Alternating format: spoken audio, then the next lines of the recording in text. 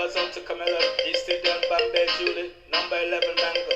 Pass to wicked pass it, you to let it not go, Lord of mercy. Big up Mecca, big up the right mango. Politics church, everyone for go. Big up Mecca, big up the right mango. A politics church, everyone need to go. Context matter when you know where to flow. Step out the literacy and come in and you know. The government that you them go down below. Tell them back, time come for them go. Everybody know I live in a sorrow. Don't know how them a face tomorrow. Them poor and them a borrow. Everybody wanna that you for know. Make a big up the right mango. Politics church, everyone need to go. Big up the right mango. Politics church, everyone need to go. Make a big up KamlatheRipeMango. Politics church, everyone need to go. Oh, say show another one Camilla. Some said that she lick up, but they know she tell her. Every day she fighting for Jamaica. Fighting for your little son and fighting for your daughter. Fight for your sister, fighting for your brother. Every day they get up people that suffer. Hospital in a disaster. People them not up the water. Money missing all over. People do you know them must suffer. From nigger fight. Big up yourself in the drama.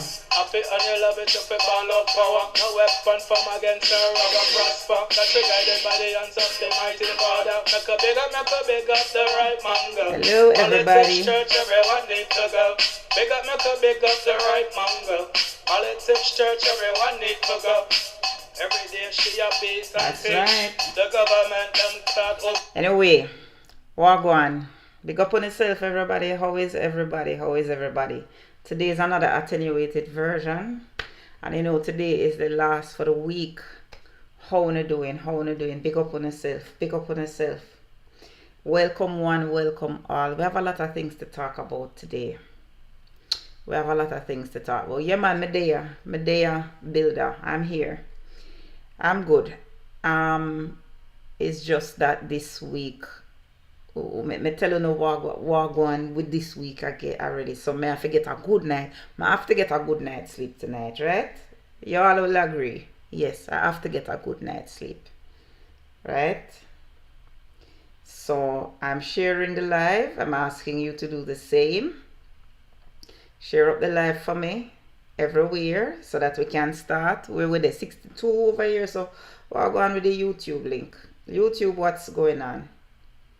I wonder if it not show me what going on because it look like it little bit behind. Anyway, share up the live for me. I could try to build up the numbers. Let us try to get the people on.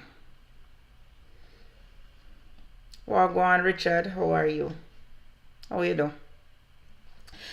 Comrades, one poll come out, you know.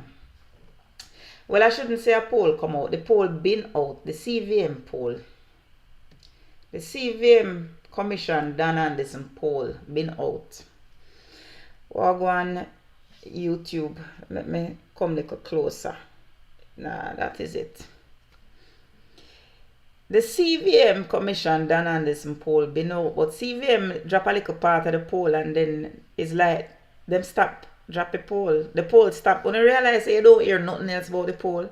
Normally when these media houses or even PNP release a poll, normally it's all one full week of poll you hear about. But all of a sudden now, we just hear about one set of poll. I may wonder to myself what happened to the rest of the poll. Say somebody catch part of the poll and screen what go on Natalie or you do. Somebody catch part of the poll and preps it or up and take a screen grab of it and post it. But we realize that the poll not get no airplay. And we wonder what go on. How comes the poll not getting no airplay? But the poll don't look good for the government at all.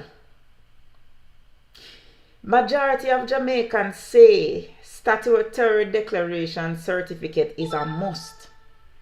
We don't know who don't have no statutory declaration certification, right? Natalie is saying good night to the people over there on TikTok. So Natalie, a big one up because YouTube kind of coming slow tonight. Normally YouTube more lively than this, but them are rock and come in slowly but surely. But That is because it is in favor of the government. It is what is in favor of the government. But this don't look like it's in favor of the government to me. This not in favor of the government. It is, you mean because it is not in favor of the government, fix up your argument. Because see it there?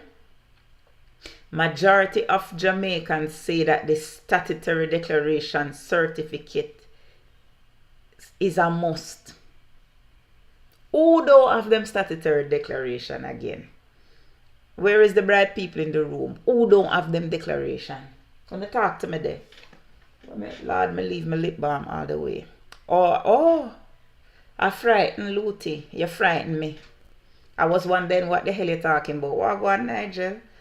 What's up? That is it, Sammy. God bless. That is why we are not hearing about the poll. That is it, Kathleen. We are not hearing about the poll. Because the people them say them want 80.8%, so call it 81% of Jamaicans have said that you have to have your statutory declaration certification. So Andrew dead in the show. And that it boiled down to, you know, Andrew dead into the show. Thank you very much, Lana. And Vicky. What go on, Vicky? Andrew dead in the show. Because Andrew can't. This going to make 4 years now. Andrew cannot get him statutory declaration certified by the Integrity Commission. Only 10% of Jamaicans disagree. Only 10% of Jamaicans disagree. I guess that those 10% represent the termite them among us. And 8.6% of Jamaicans say that it doesn't matter. They are neutral. They don't care one way or the other. You know, you're going to have a few airheads here and there. Always you will have in whichever election a set of people who them just don't care about nothing at all. Them no business. But it is very telling that 81% of Jamaicans think this is a very important issue. That is a very, very telling thing, you know. What go on, Sam? How you do? When you listen to me and listen to me good here. Somebody just preps me and tell me, say a labor right representative said to them, say, it's PNP time now. So even them know it. Yeah. Even the labor right them know says PNP time now. Even the labor right them know say it's the PNP time now. Amen and friendly. Them know, we know, them know too. But a lot has been happening today, you know, comrades. Remember last night I telling you about dirty Cliff Hughes. And Cliff Hughes is a political prostitute. Well, Cliff Hughes has outdone himself yet again. Cliff Hughes has outdone himself yet again. This political prostitute. He made this post about Dwayne Vaz. Now, most of you know about the issue. I don't even remember what we were talking about yesterday. I think it's the same Negril shooting, right? And we were talking about the police and the dirty police. Them will put out the man driver's license without verifying their information. Well, I should have made Cliff Hughes the jackass of the day. I should have made Cliff Hughes the jackass of the day. I should have, and I never thought about it. Today, Cliff Hughes is the jackass of the day. I never think about it. No man, for the week. Him is the jackass for the week. As you know, say, today is the last program and I'm going to keep on reminding you know. Today is the last program until next week, Wednesday. So 1 week out. 1 entire week out. Right? You're going into Emancipation celebrations. Emancipation Day is Thursday. Right? I'll be entertaining my husband Wednesday, Thursday, Friday, Saturday, Sunday, Monday, Tuesday. So Wednesday, I want to see me back. Oops, Lord have mercy. Look how many nearly plug out the light. Next week, Wednesday, I want to see me back. So, Cliff Hughes is the jackass of the week. Him have the whole week to himself. Now this is what Nationwide posted. A photograph of Comrade Dwayne Vaz. Right? Man photographed with ex-MP, a person of interest. And Cliff Hughes went on the radio. Right? And basically implicated Dwayne Vaz for this picture. But YouTube, if you look towards the picture on the left, you will see that Dwayne Vaz himself posted that picture. Let me put it here for you people on TikTok to see it. And you know, it is saying that, let me find it, that is it. Representing for Orange House. So they put a political connotation to it, you know, comrades. That's what Nationwide did. They knew that this picture, they went and dig up the man profile and find this picture. Because they take the man name and the man is a person of interest in this Negril thing. Right? They claim that the man was a lookout for the criminal. We don't know. Police have him. Right? The man say him drop him driver's license. Him say him never involved at all. But Dwayne Vaz posted this picture in April 2023. Not 2024. 2023. So you can't say him making anything up. Representing for Orange House at Paradise Prep Sports Day yesterday. Orange House. The man incidentally was a teacher at the school Paradise Prep, where Dwayne Vaz's son attended at the time. So this was a sports day. This was a sports day picture. Nothing to do with politics at all, as it is captioned. But Dirty Cliff Hughes wanted to implicate the PNP, and guess what? G2K made it worse.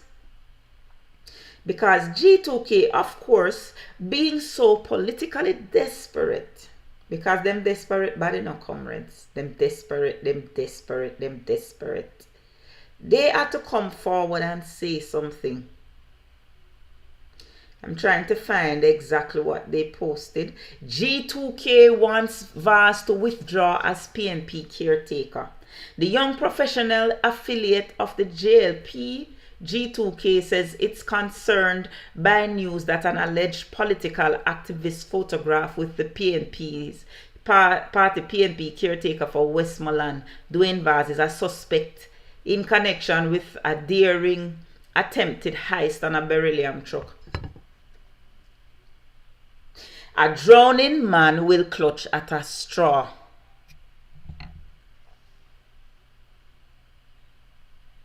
A drowning man will clutch at a straw. Good night, Randy. Wagwan. So desperate the labor rights are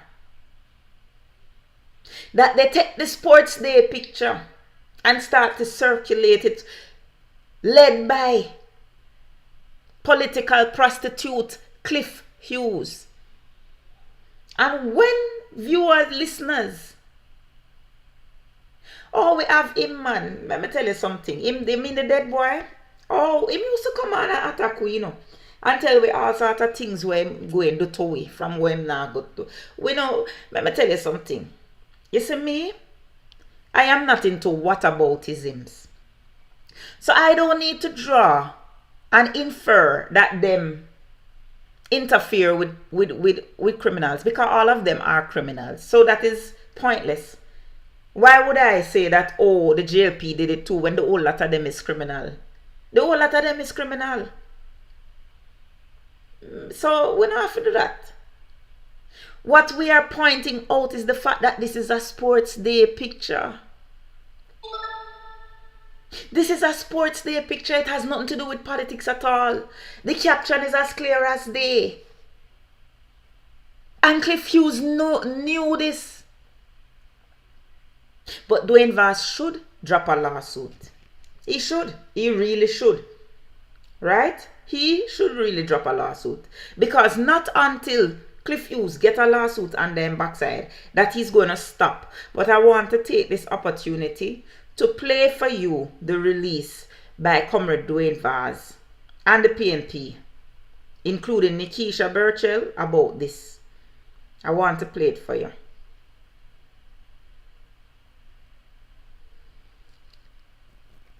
Dwayne Vaz, Member of Parliament candidate for Central Westmoreland for the People's National Party.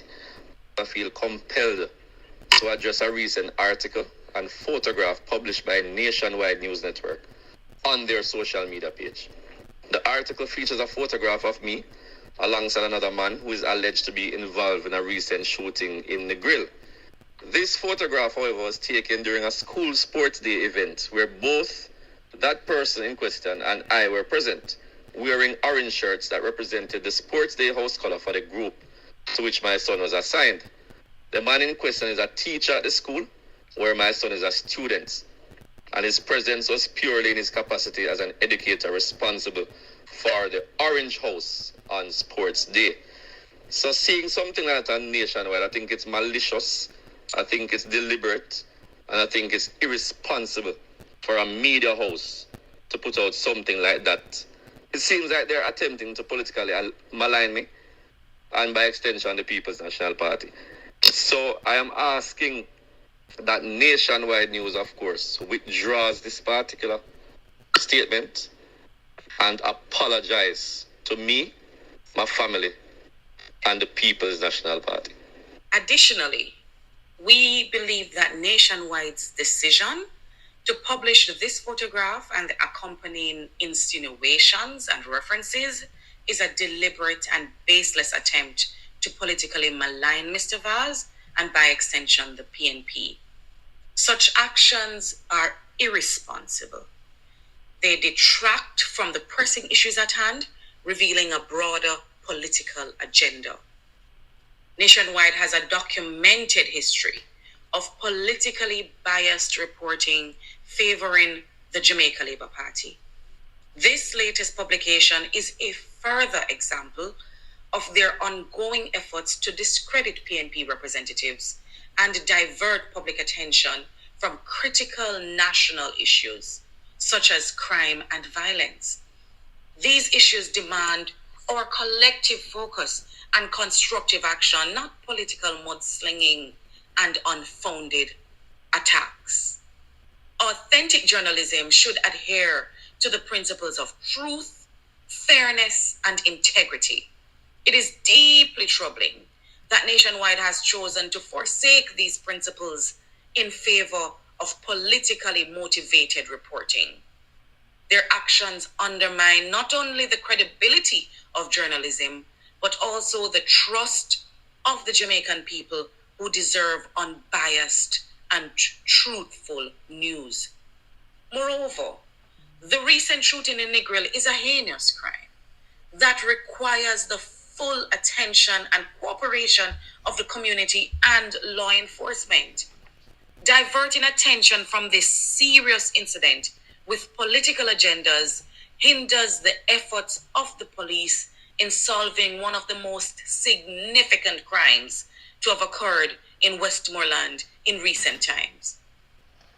The PNP is urging Nationwide to reflect on its journalistic responsibilities and to recommit to ethical reporting practices that serve the best interests of all Jamaicans. Them never commit in the first place, so they must recommit to something where them never did commit to in the first place.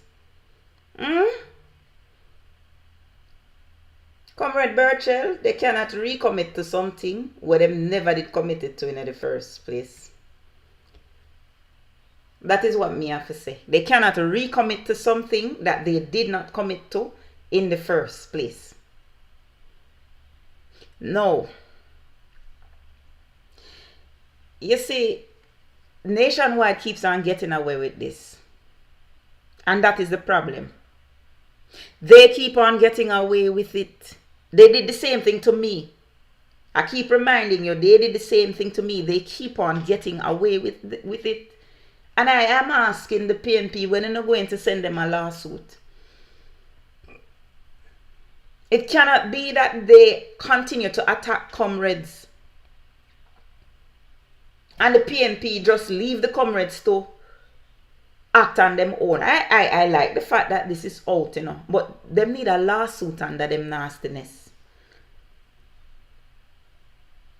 Jomo, this broadcasting commission people, whether them right this or no, them are some labor right. Them are some labor right. And that is a fact.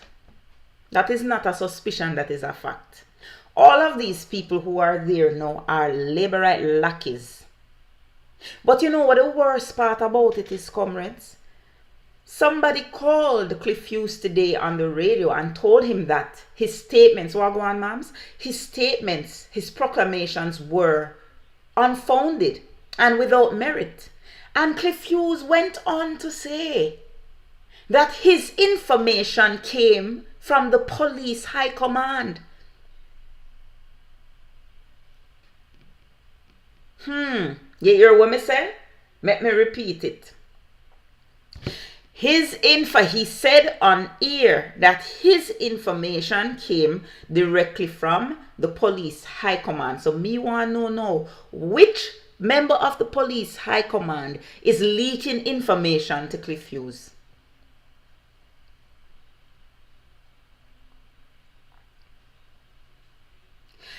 Which person, which police from the high command, let me ask it again, is sending information to Cliff Hughes?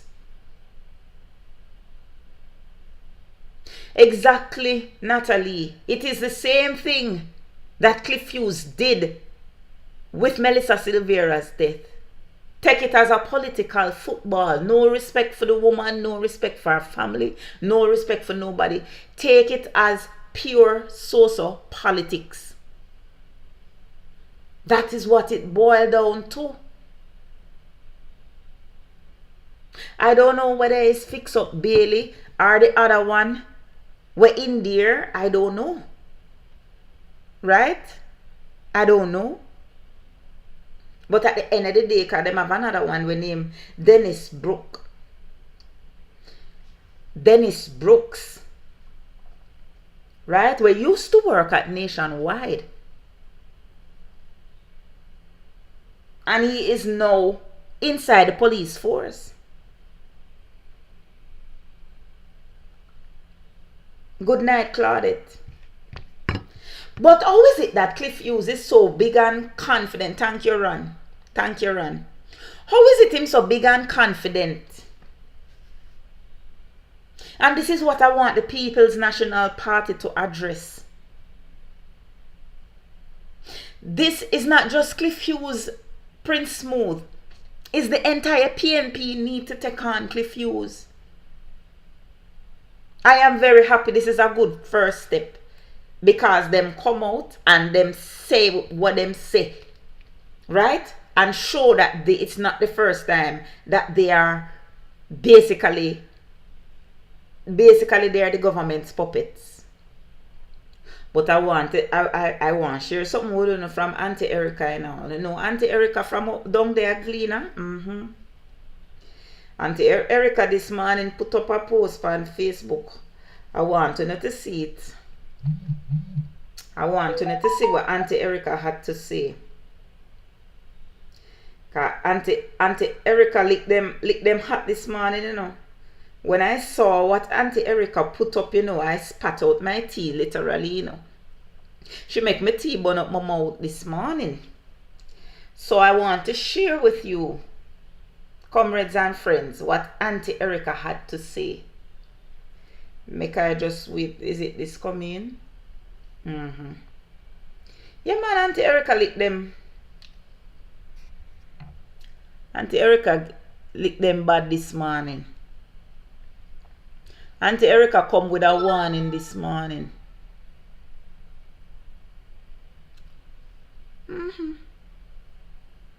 See it here. It can't go. It can go up over there on TikTok. I know how to get it up. Oh Lord. YouTube not alright. Let me share Auntie Erica something over here.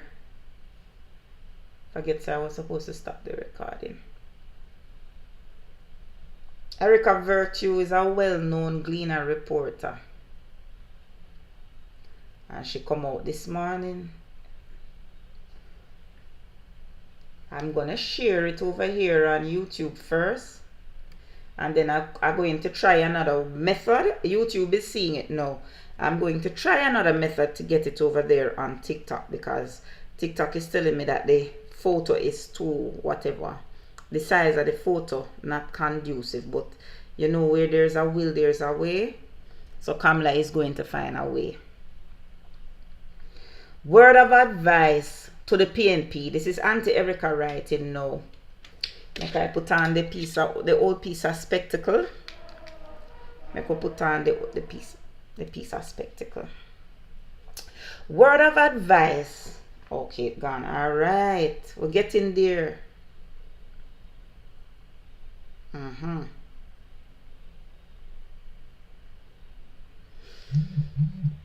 Alright.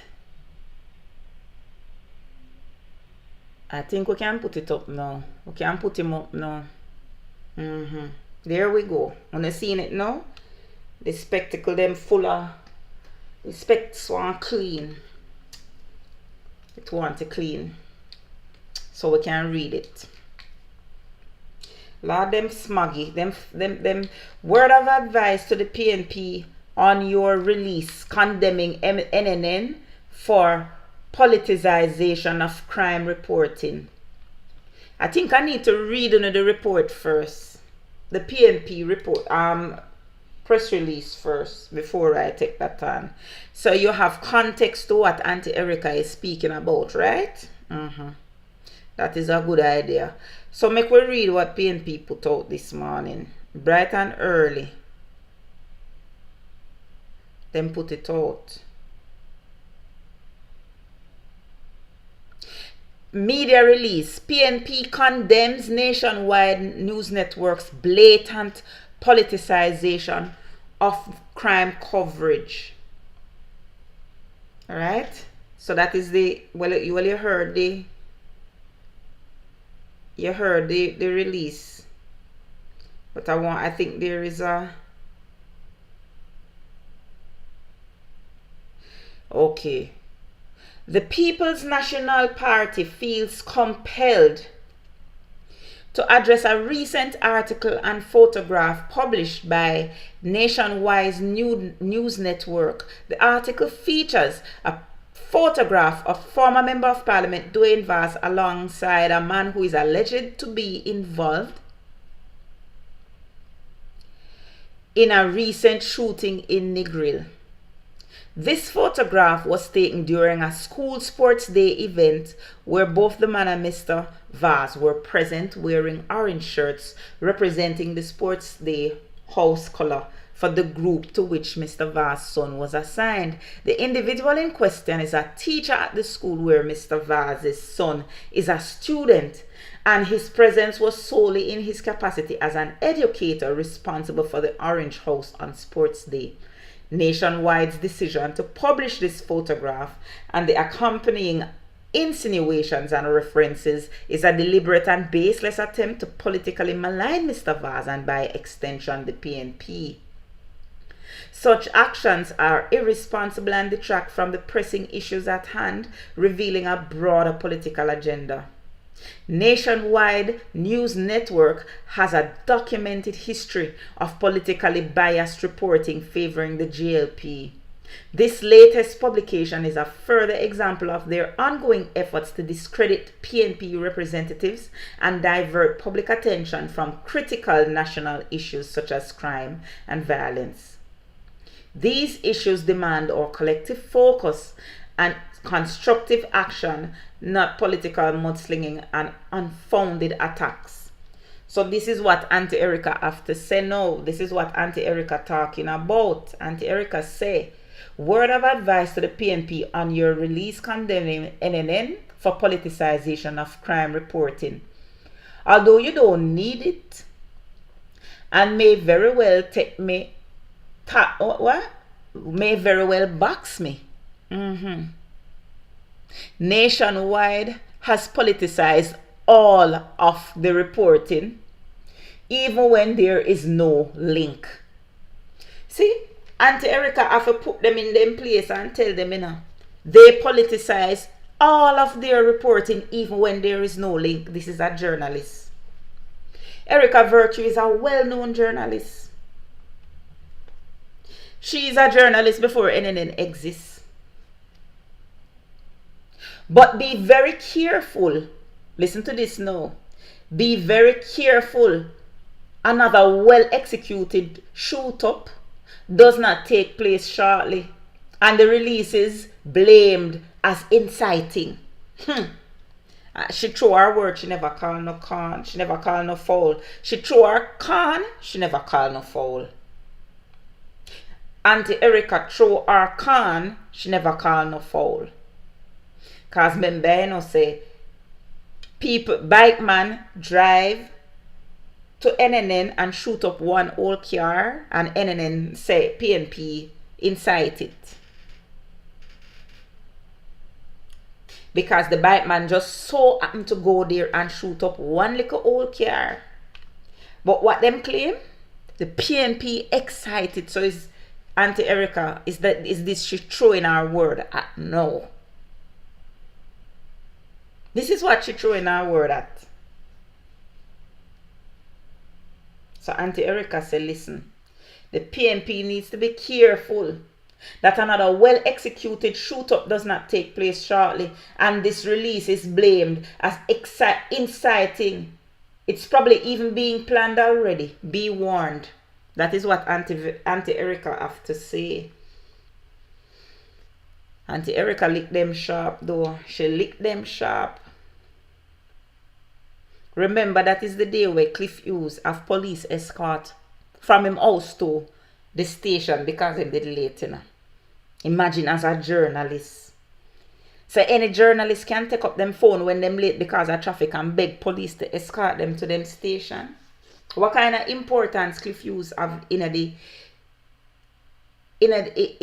government? What kind of importance does Cliff Hughes have why he can call the high command and get information about crime and be so bold with it that he can come on the radio and boast about it? That is right, Francis. And yesterday we spoke about the police being... Why the glasses so foggy? We spoke about yesterday the police being complicit in all of this by releasing sensitive information.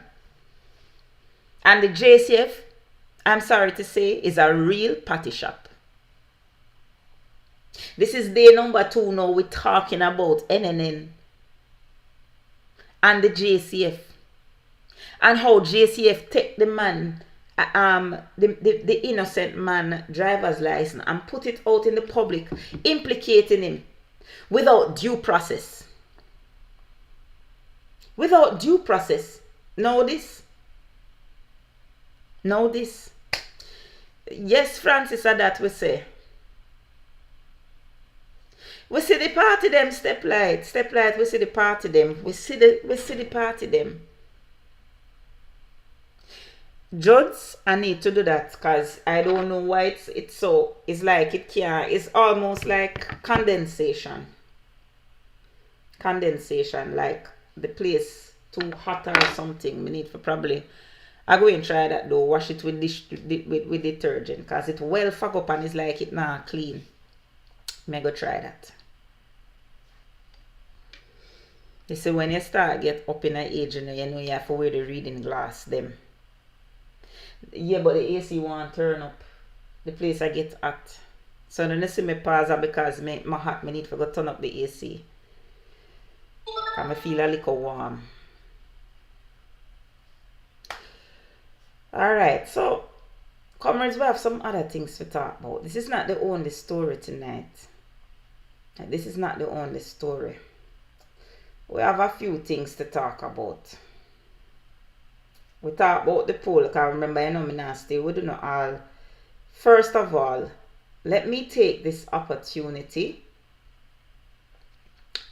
Let me take this opportunity before I forget to congratulate the PNP councillor of the DWAYNE Park Division, Comrade Michelle Thomas. I don't even know what her married name is now, on her recent nuptials. So she is our PNP councillor for the DWAYNE Park Division. She's also an attorney at law, and she tied the knot at the Gleaner. I see it in our Observer page too. I see it in, you know, and I have to post it. I don't know if it's this weekend gone or it's a couple of weeks ago, but it was lovely. Thank you, Biggs. It was lovely. So I want to take this opportunity to congratulate Comrade Thomas, whatever our new name is. Camille and I did have the same name, but now she married. So yeah, because that is my married name. So big up to Comrade Michelle Thomas on her recent wedding. Right? So before I forget, I wanted to mention that.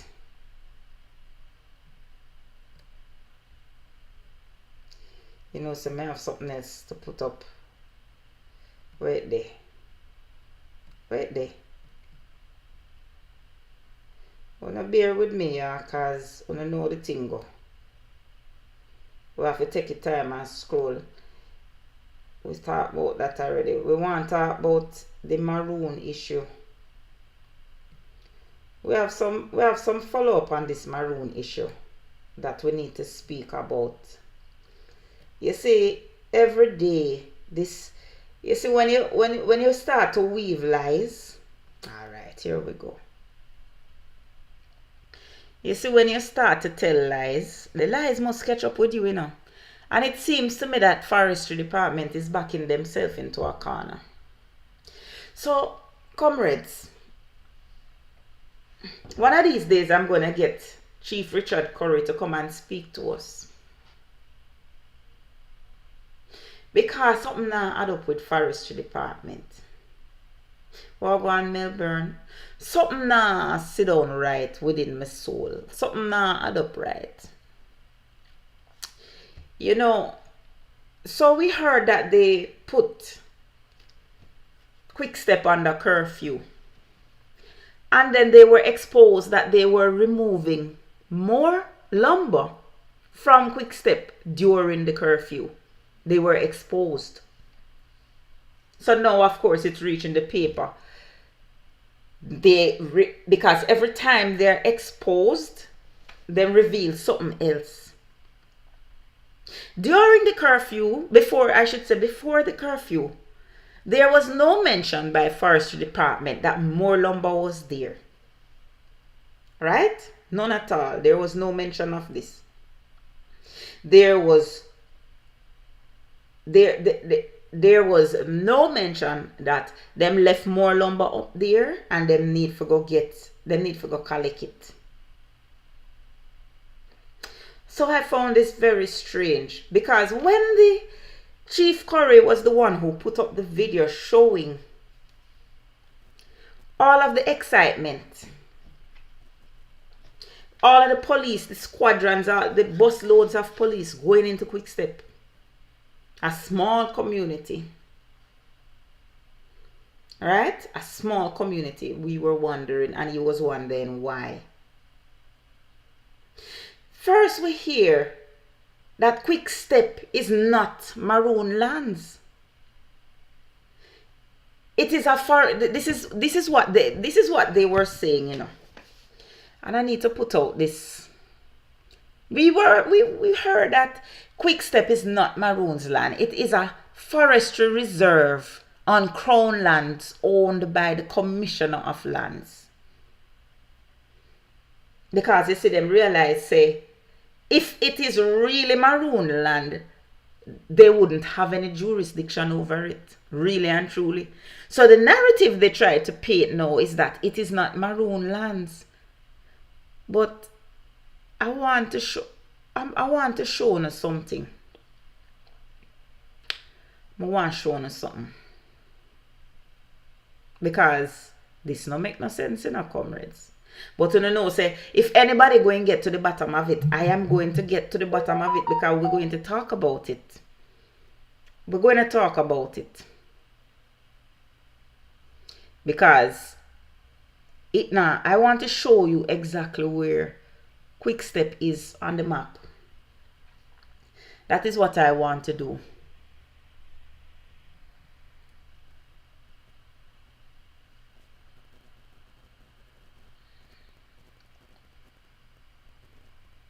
Don't tell me say the picture can't come up again.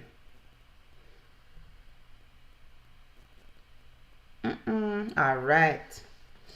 Comrades, and look at the map behind me. On TikTok. YouTube, it soon come. I are working on it. Oh, now look at that map on the back and look where it's circled. The area that is circled. That is where Quick Step is. So I have a question now. I have a question, comrades. How is it that Quick Step is not in the cockpit country, but yet it is in the middle of the cockpit country? It now add up. I want to show YouTube. YouTube coming here, my sweethearts. I am coming. Because this now make no sense.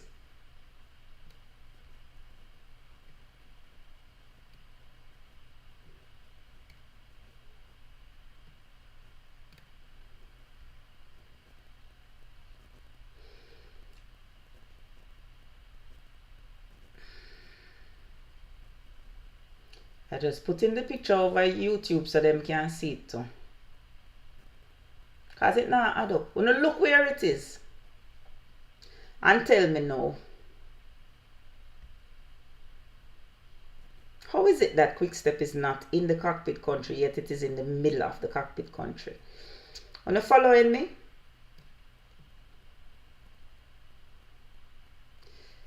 Sit here.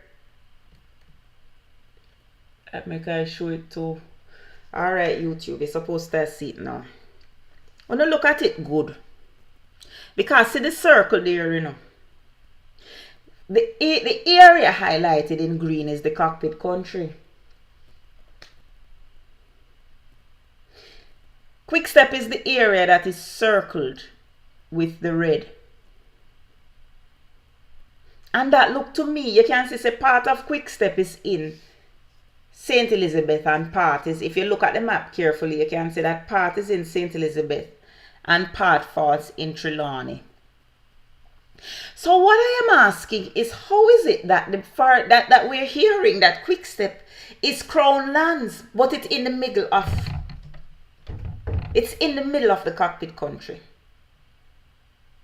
Because you see, the forestry department knows that it cannot have a reserve on maroon lands. The forestry department knows that they cannot have a reserve on maroon lands. And therefore, they would have no jurisdiction over Quick Step. So what the hell them was doing there? What the hell they were doing there? It goes further. I don't done yet. Because something not adding up.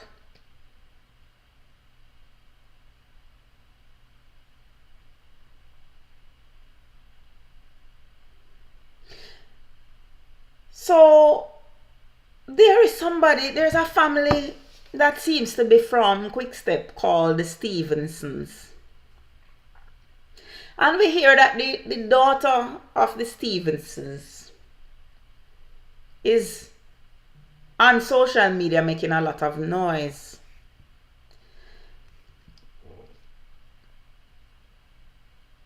So apparently her brother is somebody called Jeffrey Stevens. And we hear that these Stevens have been at odds with the Maroons for years. Right? So we want to know what the Stephensons have to do with the deforestation of the mahogany in Cockpit country.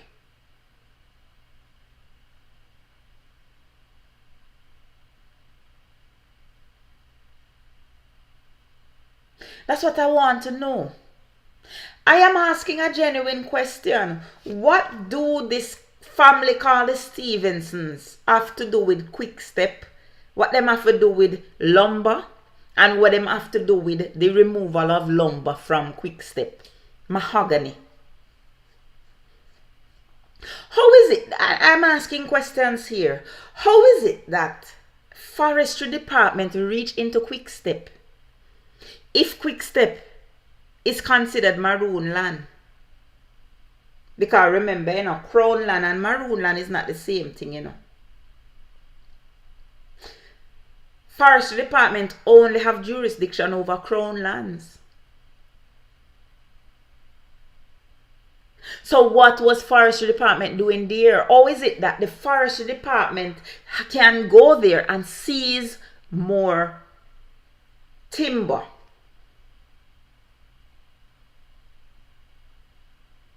Because Quick Step is in the middle of the Cockpit country. It is right there. So somebody need to come forward, you know. Where is Mark? Mark was on the live last night. I not seen Mark tonight. I want to know who is the Stevenson people them. I'm wondering who is these Stevenson people. Garfield, go and listen to me. You see the whole of you termites, go and go dig somewhere else. I don't want a termite on my life. I don't want one termite on my life. Thank you, Natalie. I don't want no Wagwan Loxley. I don't want no termite on my life tonight. I don't have no time for no tonight. Go pitch somewhere, go and go chaw somewhere else. Don't come here. Do not come here. You're not welcome here. It is right in the middle of the Cockpit country, Natalie. Right in the middle. Right in the middle. So I am asking now, what jurisdiction does Forestry Department have there?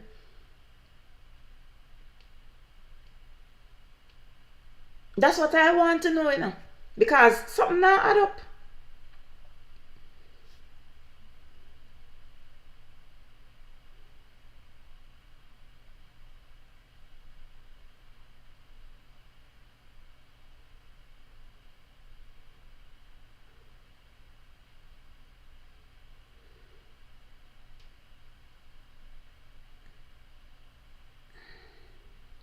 So this person now, who is the daughter of this person named Stevenson now, she is on Chief Curry's post cussing him about Quick Step. She claimed that is her fatherland.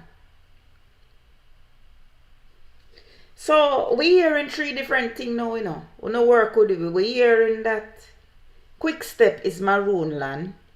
Well, it's in the middle of the Cockpit country. We're hearing that Quick Step is crown land. And we're hearing that Quick Step is Stevenson land. So whose is it really? Wagwan promise. Who does it belong to? I hear say they have a very good relationship with Babsy Grange. And we hear say they are heavily involved in this thing.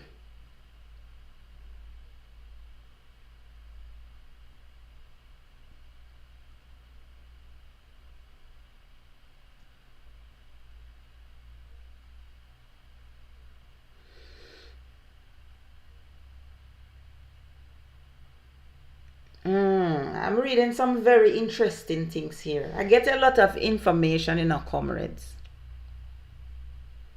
So it was so much lumber deforested from Quick Step that they were hauling it out from Friday. And when the people in the community started complaining, they called in the police. Not the people, you know, them. Because the people, them in the community was like, what the hell are you doing? Why are you cutting down so many trees? So they are selling the lumber, and the police is complicit in all of this. The police is being used to facilitate the removal of the lumber, and so is Forestry Department. Remember now, if this is private property, Forestry Department don't have jurisdiction over it. So this girl now, this Stevenson girl, says her land. So what Forestry doing there? If it's her land and she can remove the lumber if she want, why is Forestry there? You're not following what I'm saying. It is not adding up. Nothing is adding up. Nothing makes sense. Because the land is in the middle of the cockpit country. So how is it Crown lands and on a national reserve if it is in the middle of the treaty land? Because this is the treaty land. So if it is the middle of the treaty land, how is it a national reserve? This is what not adding up to me when I look at this picture, because Quickstep is literally right in the middle. Right in the middle of everything.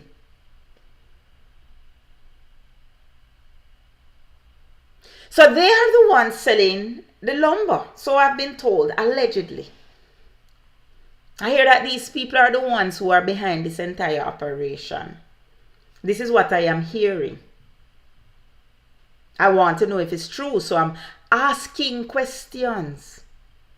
And I hear that they have Babsy Grange in their, I don't know if it's pocket or what, but they are very, very chummy with Babsy Grange. So I get it, so I tell it in our comrades. So they feel very powerful. I hear that Chief Curry has been getting death threats too. So I want to know if any of this is true. I hear that Chief Curry has been getting death threats. That's what I hear.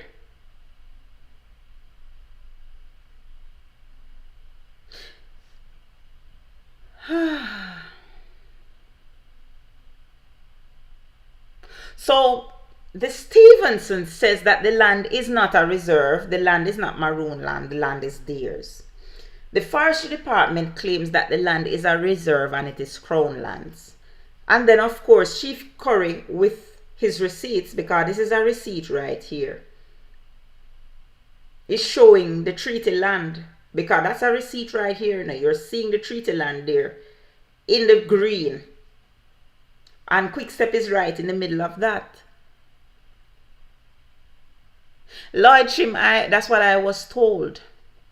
I was told that this is being used to make furniture for high-end hotels, and is some big man behind the order why them gone in there to cut it down, because they want to boast that the furniture was made by wood acquired from deep within the cockpit country. I have my ears on the ground, so I hear these things. I hear they want to boast about where the wood is from.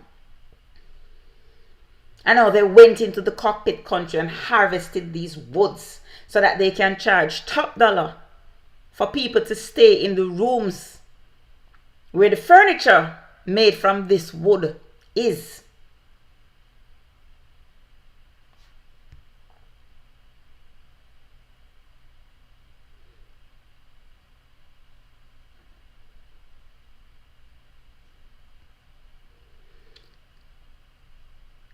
So as I said, the Forestry Department is just busy contradicting itself. Every day is another story.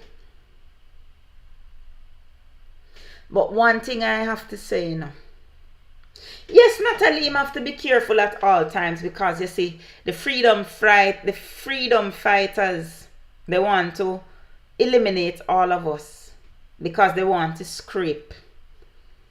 And we're coming in the way of them food, because we have sense when the average Jamaicans don't.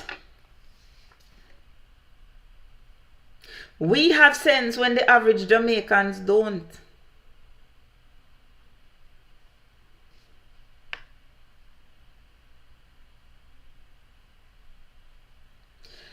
Life Changer is saying that the forestry department is there to stop the forest. So if they're there to stop the cutting of the forest of the wood, why is it that they were there overseeing the removal of more wood yesterday? Life Changer, L and L alone. Because you're chatting fool, you're chatting rubbish now. You see, this is another case of government agents trying to convince us not to believe our lying eyes. First and foremost, Chief Curry was live the whole time, so we saw the confrontation. I watched it with my own eyes. Are you going to tell me not to believe what I saw and heard? Is that what you're trying to tell me? When the man from forestry was trying to explain himself to Curry, are you telling me that I shouldn't listen to what he said? Because all of it was recorded. It is still on Chief Curry's page for those who want to see. It is called a seizure. So whose land is it? Because we see a map right here. So what are you seizing? Because the law says that the Maroons owned what is on their land. But Curry, ever blessed, how can he be mixed up when he is actually saying, he's not saying much, he's recording. He's recording. Them attack, him a record. So how you mean Curry mix up? That's what I don't understand. How you mean Curry mix up when Curry is the one that is recording what is happening and we are listening? You see, most of you who's speaking don't realize that Curry was live the whole time, you know. And most of us were watching him live, you know. So we know exactly what go on, you know. You can go on his page and abreast yourself. Since you're only interested in one side of the story, probably when you watch the video and you see the whole thing, you will realize that Curry was arguing with them for cutting the wood and removing it. Who called the police? For all of you who defending the forestry department, who called them? Who called the police and who called them? Of course, them hate Curry because Curry is the one that is blocking them from accessing the resources in the cockpit country which they want to exploit to fatten them pocket.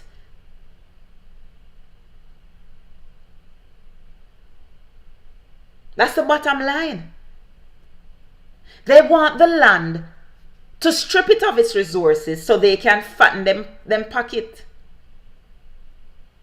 Who was cutting the trees, Life Changer, L and L alone? That's what I'm asking you. Who was cutting the trees and who called the forest department?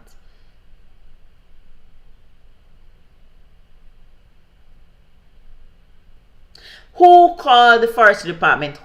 Because normally, and this is why we need to listen, you know. This is why I keep telling you, you know, whenever I come on my life.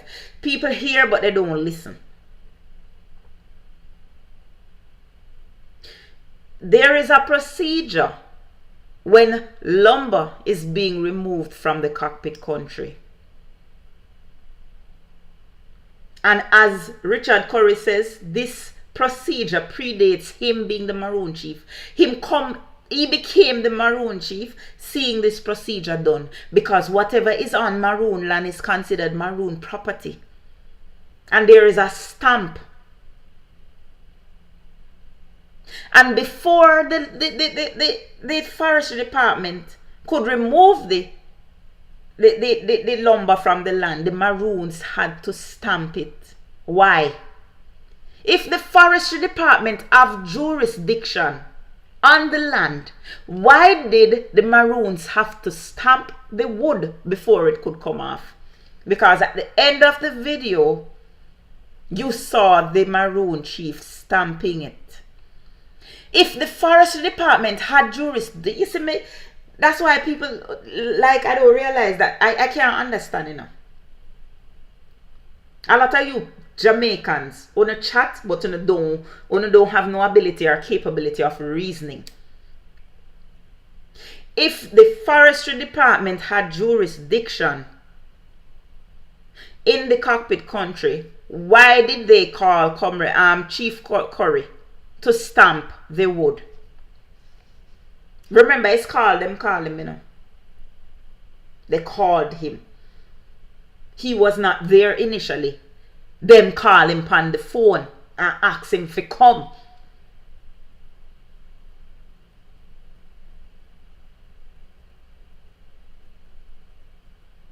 But why would he have to stamp it?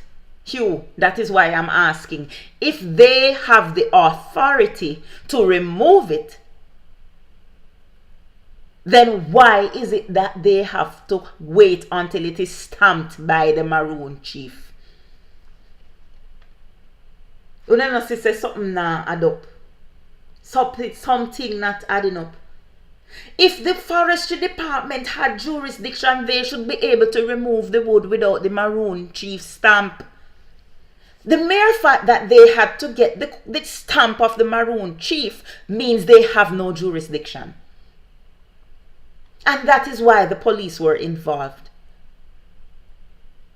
You know why the police was involved? The police was involved to detain Chief Curry and compel him to cooperate.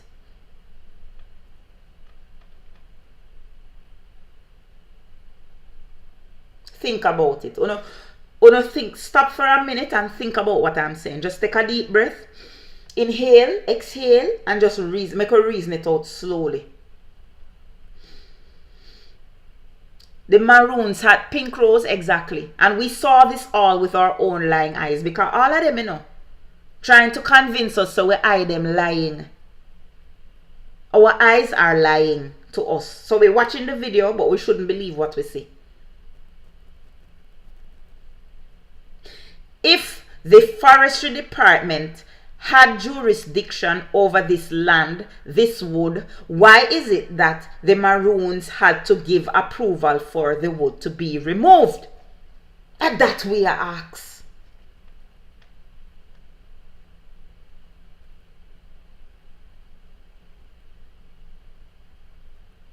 From somebody have to give you approval to remove it, that means you don't have no jurisdiction.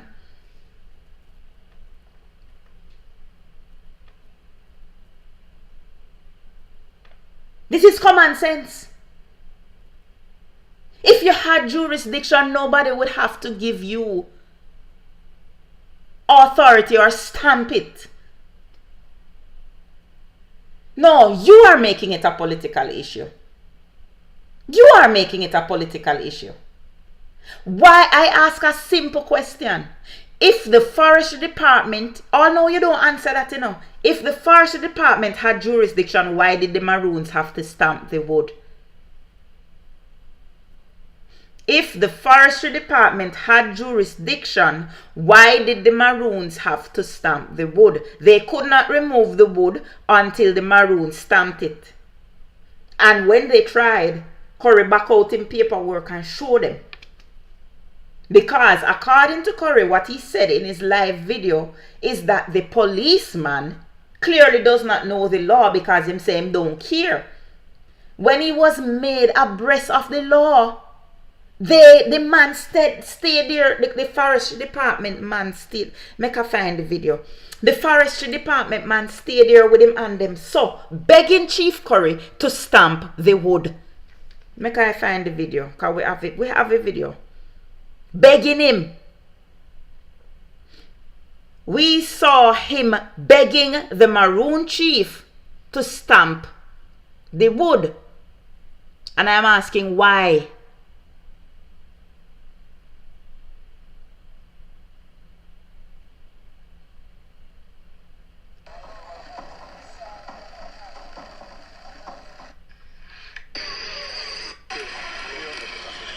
I have all the receipts, you know. When I come to talk, I talk.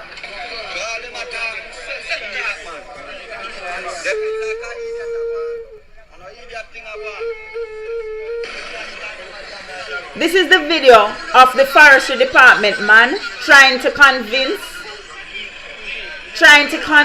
him. Chief Curry. It's on his page. And this is the video. You can't see it because of how it stays. But this is the video of the forestry department man trying. You can go on Chief Curry's Instagram page and watch it yourself. Trying to convince Curry to stamp the wood. In the end of the video, you saw that the woods were stamped. So if the forestry department could have removed them without Chief Curry's intervention, why did they take so much? Oh, no, following what I'm saying? Why did they take so much time to convince him? This is what I want to know, Wagwan Shampoo. This is what I'm asking. This is what I am asking. You don't understand what I'm saying? I understand what you're saying, Pastor Ricky. But my point of contention is this. If the forestry department had, where are you, Shampoo? If the forestry department had jurisdiction over the cockpit country, why did they need Chief Curry to stamp the wood? The Lombard wood. That's what I'm asking. And these people coming with all of them excuses and all them story and them cannot answer. It's a simple question, you know. It's a simple question. Easy one, two. Simple question. If you have jurisdiction, you don't need nobody to tell. You don't need no. You just go in, do what you want to do, and come out. Right? That's the bottom line. It's like police can't go in your house to search it without an arrest warrant, don't it? They have to get an arrest warrant. So they try now to lock down cockpit country with a curfew so that the people can't come out and see what they were doing. And then they went in and removed what they wanted to remove. Are you following me? Y'all seen where I'm coming from? So they needed to curfew up there where there is no murder, no crime, no nothing. There is no murder, no crime, no nothing. You're going to tell us again not to believe our lying eyes. Don't block him yet, unfriendly. Don't block him yet. You know what happened. We see what happened with our own eyes, you know, because everything was recorded. Everything was recorded. And this is why Chief Curry is always a step beyond you. Because he recorded everything.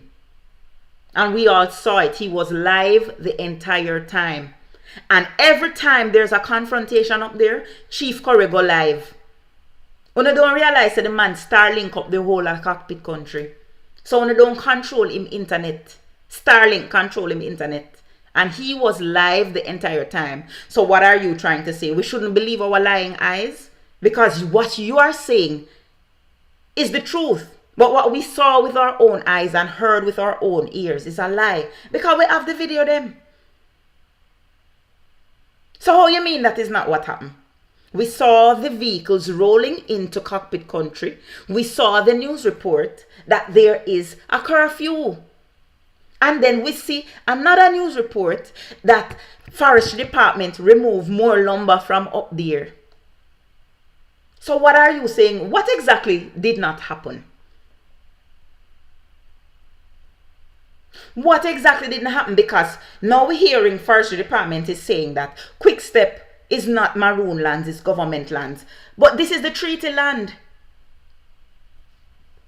In the green. And Quick Step is right in the middle of it. So is it that when the British was giving the Maroons the land, then cut out Quick Step and say Quick Step is not a part of it? Because see it there? It right in the middle, you know. So this is what I'm trying to understand, because you are not making any sense. And the majority of Jamaicans might not have sense, but me have sense. And see it here? Quick Step is in red. Let me see. I wonder if I can make this bigger. I know what I'm going to do. Quick Step is in red. Make I fix this so you can see it a little better. I want to know if you see it a little better.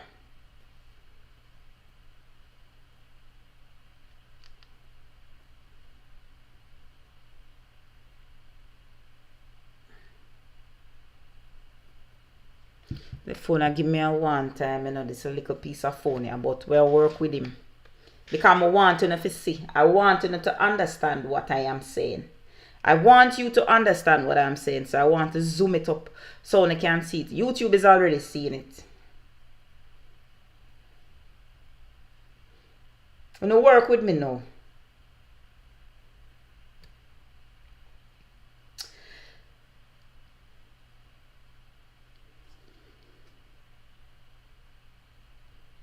Work with me. Alright. See it here now.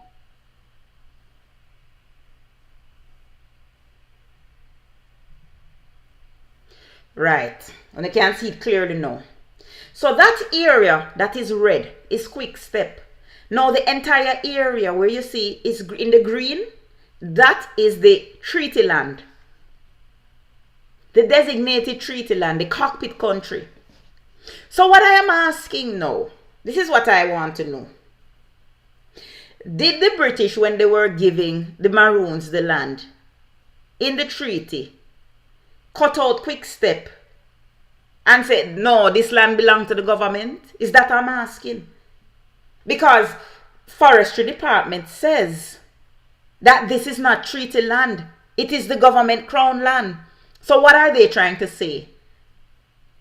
That there is no treaty land? That everything is... I need to know.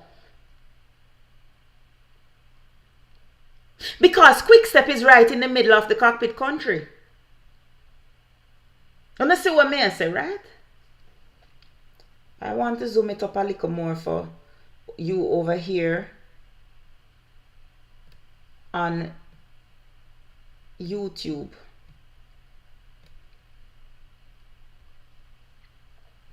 You're supposed to be seeing it a little clearer on our YouTube. It is right in the middle.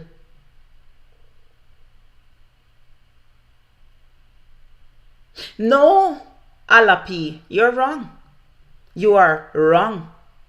The US, no. Nope, Alapi. You see, when you're making excuses for your government to go on with them foolishness, you need to inform yourself, right?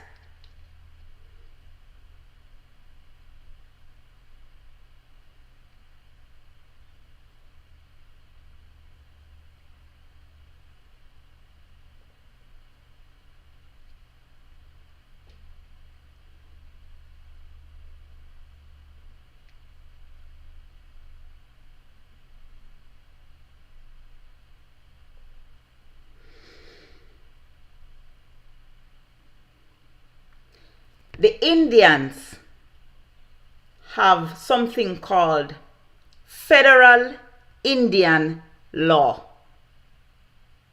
Thank you so much. Thank you, King SpaceX. Thank you.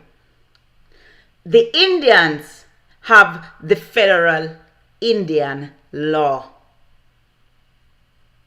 Thank you, Your Honor. So you see, when you're not coming and you're not chatting, you're just chatting for chatting's sake, you need to understand. Right? Indians have their own law. The government recognizes them as their own entity. So when you're coming with your foolishness, you need to understand what you're saying.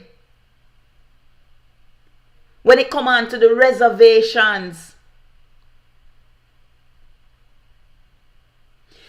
Tavian, the first step is that the government needs to respect the Maroons. Every successive government has respected the Maroons except for Andrew Holness's administration. Bruce Golding's government respected the Maroons. Bruce Golding's government respected the Maroons. Don't Edward Seaga government respect the Maroons, but Andrew Holness does not respect the Maroons.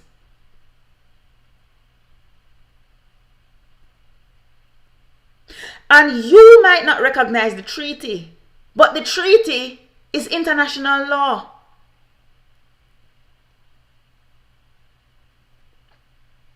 And Jamaica needs to understand that it is treading on dangerous territory. And if Jamaica not in any position to breach United Nations have a whole heap of different code when it comes on to the rights of indigenous people, you know. Do you know, Tavian Montague, that the Maroons are considered indigenous people? They are recognized as being indigenous people by the United Nations. Do you know the significance of being recognized as indigenous people? Do you know the kind of rights that you get when you are recognized internationally as indigenous people? It comes with whole heap, you know. Yeah, but I'm asking you if you recognize the significance of being identified as indigenous people. That's what I'm asking.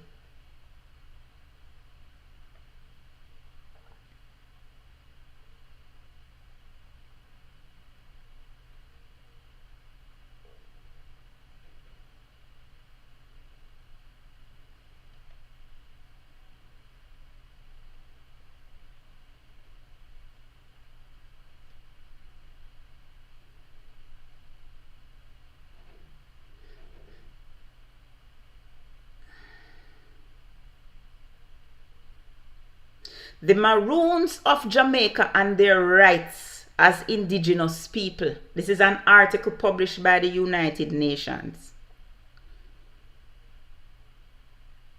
Right? What is your position on it, Tavian? That's what I don't understand. I clearly not understanding where you are coming from.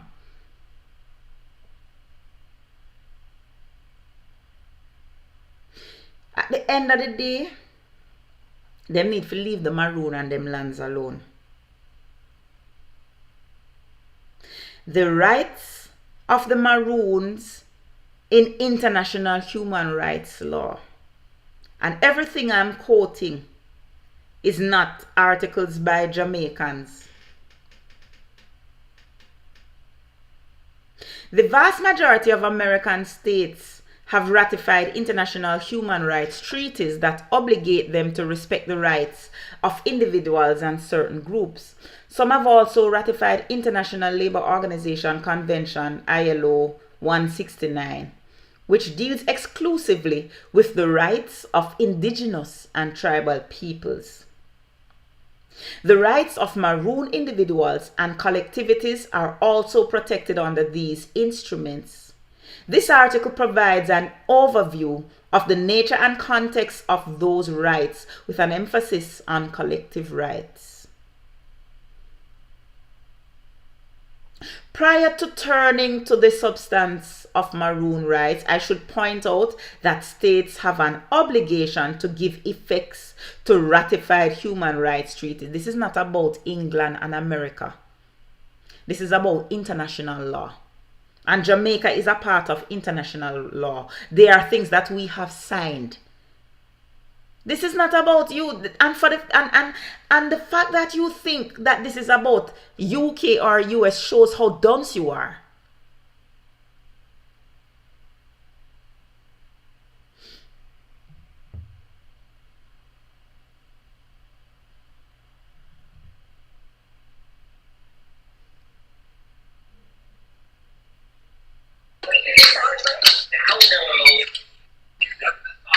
Yes, good night. Good night. So I think you have a misunderstanding of where I'm coming from. Okay. So firstly, let me start by saying my grandfather, he was born in like 1898. He grew up in Quickstep. His father before him grew up in Quickstep. So I think there was a misunderstanding for what caused the entire issue. However, we indeed have been having issues with the forestry department. Personally, I have had an issue with them. What was your issue with them? Yeah, so there were these massive trees above our homes, so we got them felled and all that. And they came there, the money to do it was theirs. We had to be produced on our own land titles and all of that because my family is well established there. They have a lot of land there and all of that. However, this issue that occurred recently, there was a big misunderstanding behind it. However, you are indeed correct that we are a part of the cockpit country. I don't see where the forestry has all this claim that they're laying to all of that. However, what caused the whole issue, I think, it was the lumbering wasn't done by the forestry department. Let me just say that. Who did the lumbering? It's for the specific person, I'm not quite sure. However, it wasn't done by the forestry department. However, the forestry indeed, they have taken lumber from it as well. So they have taken lumber for them multiple times as well. Oh, so this time it wasn't them, but they've done it before. No, not this time. Yes. So who called them there? I don't know. Because they have forestry agents that come through the community, you know, on a weekly basis. So I'm guessing they are the ones who called extra personnel and all of that. So let me ask you this now, because you are from the community. What is the setup? You individually own your land within the cockpit country? Yes. So if you own your land, how is it that the forestry department or any government agency is laying claim to this land? Alright, let me tell you, for instance now, for my great-grandfather, the other day I was checking out by the tax office and he died years ago, years upon years. However, on the documents, he is technically the owner of the land. So I think what is happening is people die and no one like follows up to change the title and all of that, and then those family members move out or they die off, so there's not really anyone to enforce to say that this is my land here. Okay. So I think that's a part of the issues as well, the problem as well. So you think that massive land stealing is going on? Possibly, yes. I see. Possibly, yes. So let me ask you this now. What would Chief Curry's claim be to this land and everything that is happening there? I know, if I'm being honest, I'm not sure. I'm really young. I'm young in the district, but I'm not sure, to be honest. I was even trying to figure out the other day where were the first settlers from, because as I said, my grandfather, he was there. He was born 1898 or so. So your grandfather was technically a Maroon? I'm not even sure. That's it. That is the thing. I'm not sure. But he was born there. His father was born there, so I don't know. From his father is born there, that would have been in the time of the Maroon. So therefore, he would have been a Maroon. Because if that is where he was born, because it is right in the middle of, I don't know if you know where the land that the English treatise to the Maroons, but that is right in the middle of it. No, you found a nice map here. The first I'm seeing a map like what you're showing on screen here. Yes, it shows you everything. You understand? This map literally shows you everything. So I guess maybe I misunderstood you, because as far as I'm concerned, what I am really trying to figure out is what jurisdiction does the forestry department have there? You know, I could be wrong, but I think they're taking the standpoint to say, oh, all right, it is a cockpit country, and as a forestry department, we are so-called, quote-unquote, protecting the watershed of the island and all that. Fair enough, but isn't Chief Maroon doing the same thing? Yes, but I think the issue they're having with Chief is that he's too vocal. When you're vocal, people don't usually like that. That is it. I am glad we agree on that.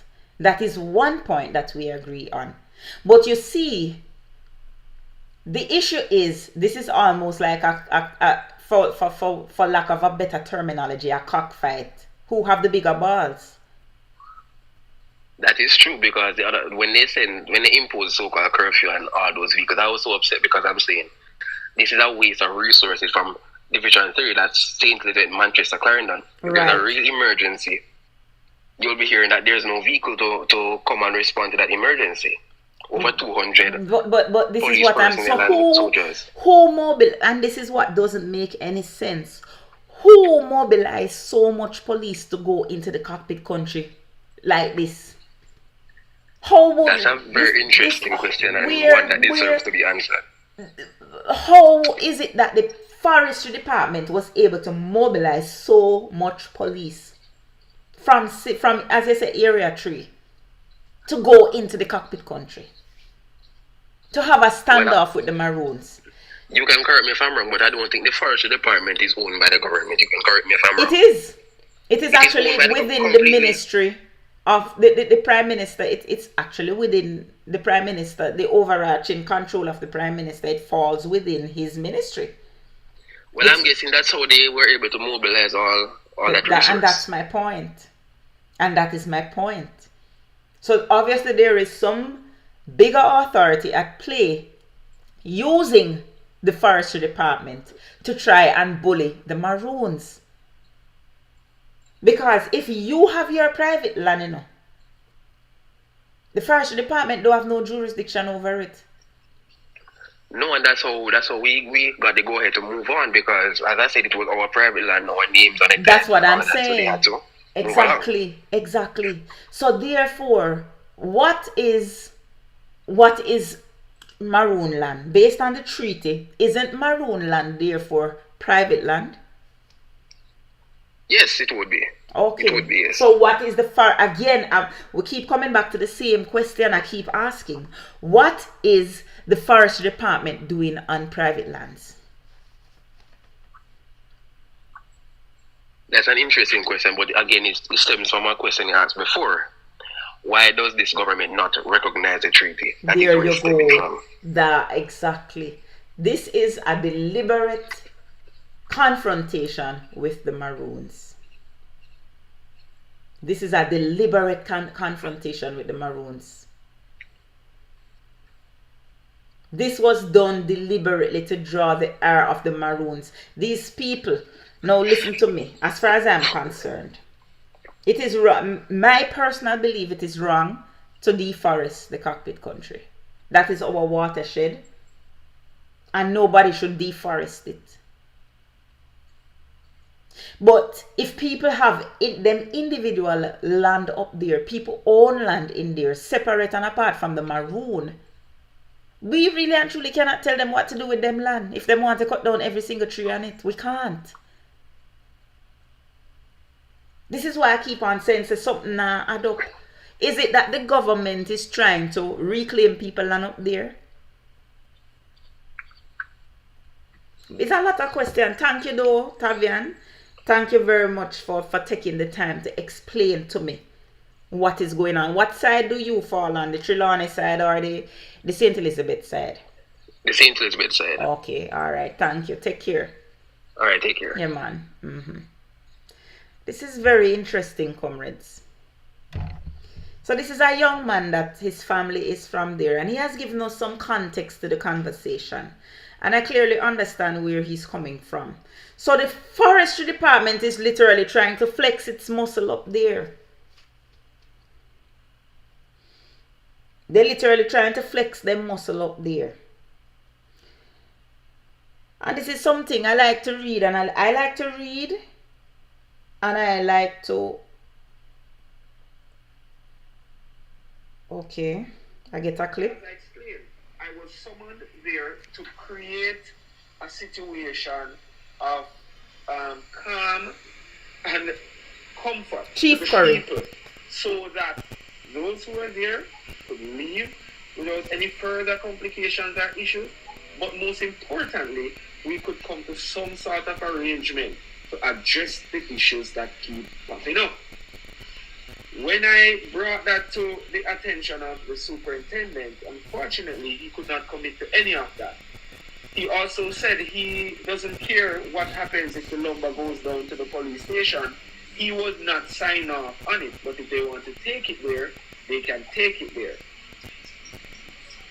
Again, the property is in question, right? And there's no accountability behind the source of this mahogany, right? Which I might add, one of the most expensive piece of timber in the forest and one of the rarest species. What I was saying. The maroon territory, right? So here's what's happening. We said to them, guys, this is the only way to get to the solution because the crowd is getting more rowdy as we try to enforce. Let's not enforce. Let's try to come to an understanding. We're going to take the lumber off the truck. We're going to mark them, measure them, and have proper accountability for them. We're going to reload them, and then we're going to send it down to the silo police station, similar to what was requested the last time. And then we proceed to have a meeting at which all the key stakeholders will convene. So you hear what Chief Curry is saying there? You hear what Chief Curry is saying? He's literally saying what we said all along.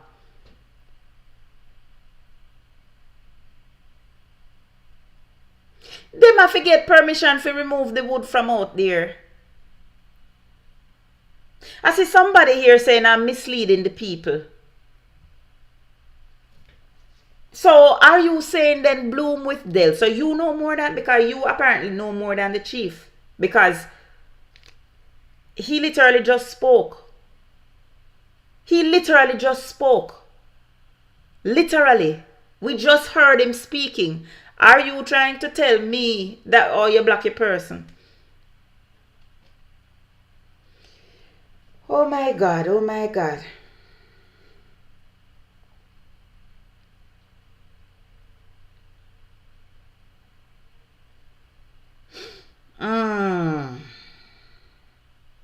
Why, this you see.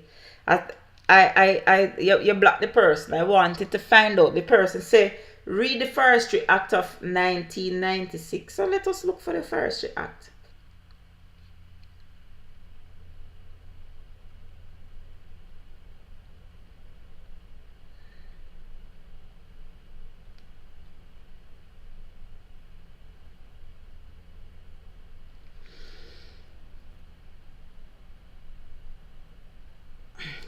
So hear this now. No, but you see, Bloom. I sorry that you blocked Bloom, because the Bloom person said I must read the Forestry Act of 1996. And I'm reading it now. The primary legislation that governs the management of forests in Jamaica is the Forest Act 1996. Listen to this now. This law established, listen now, because Bloom, somebody talk about Bloom. Unfriendly talk about Bloom. Because, why you trigger happy, you know? Me say you trigger happy so till. You are so trigger happy. So Bloom said that I should read the Forestry Act. Right? So I'm reading the Forestry Act. Right? Of 1996.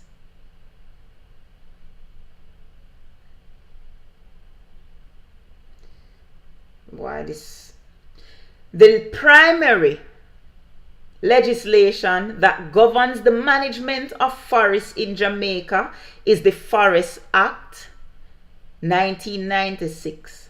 This law establishes the Forestry Department as the lead government agency, the lead government entity, responsible for the management of forests located on Crown lands. You know what? I don't want nobody to say me lying. You know me already, you know. And the worst thing you can say about Kamla is Kamla telling a lie. People tell lie on me already, and I don't like when people tell lie on me. Or say that me telling lie. So I go show you know what it say.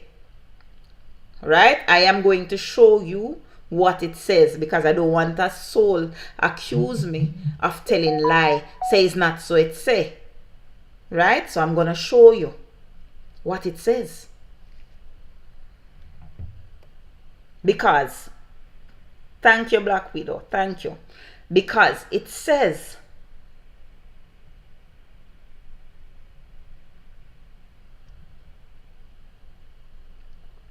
see there, this law establishes Forestry Department as the lead government entity responsible for the management of forests located on what? Crown lands. So I'm asking again, were the lands where forestry was crown lands on a seat for yourself? You know, I want to know, were the lands crown lands? That is the question that we need answered. The land, was it crown land? Because when you see it, right, it says it's crown land. Let me carry it over YouTube and show you too. I don't want nobody to say me telling no lie, so I want to ensure so you see it with your own two eye, so you can say, well, you know, I saw it myself, and she never tell a lie. So if it is owned by the Commissioner of Lands, then how is it in the middle of the treaty land, Tavian? That's what I want to know, you know. That's what I keep on asking. Because something not right with all of this. Because the designation is there that it has to Forestry Department have jurisdiction over crown lands. See it there, YouTube? See it there. It says, was there crown land, these lands crown land when the PNP was in government? PNP never troubled the Maroon and them lands at all, you know. So when you want to bring PNP in, remember, said the PNP has always respected the rights of the Maroons. And the PNP has never been in a confrontation with the Maroons because we don't want nobody land. We don't want nobody land. So we live in harmony with Rastafarian, Maroon, everybody. We live in harmony with them. We're not trying to thief the Maroon them land like how the Labour right them trying to thief the Maroon them land. Calling them. So you see what is happening now. Remember, Forest Department now falls under the Prime Minister's direct purview. It falls under the Prime Minister's direct purview, so he can order them for going to cockpit country now. He has been trying to get his greedy little paws on cockpit country from 2016 when he became the Prime Minister.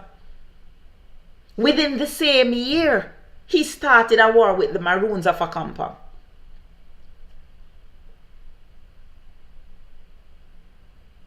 I agree with you, Tavian.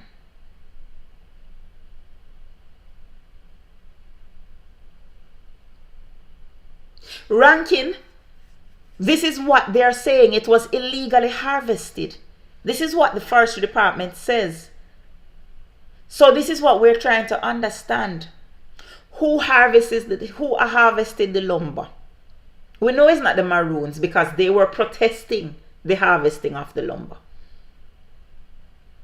Forestry Department claims that them go up there because them don't want the lumber harvest. But I ask, why were they there? Because they have no jurisdiction over this land. This is what I've been asking from we start talking about this, you know. I want to bring back this Bloom person because Bloom telling me say I'm misleading the people, but and send me to go read the Forestry Act. See the Forestry Act there.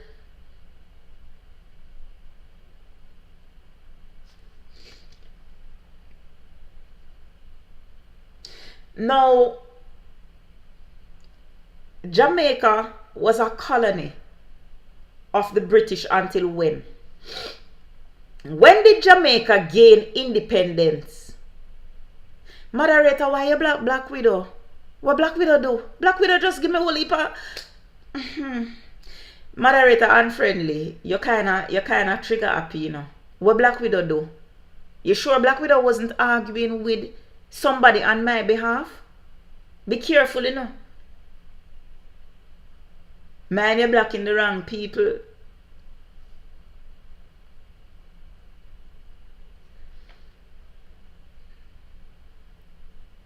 It's just an easy way to, that is what I am saying, Lloyd Shim. And this is why they were begging and pleading with Curry. This is why they were begging and pleading with Curry. Because Curry no mix up in a them bangarang.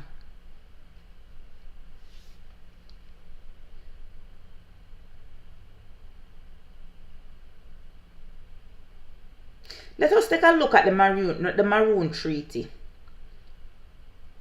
In 1739, the British signed 2 treaties with the Maroons of Jamaica that granted the Maroons legal recognition and limited autonomy in exchange for their cooperation in maintaining the colonial system of slavery. Right?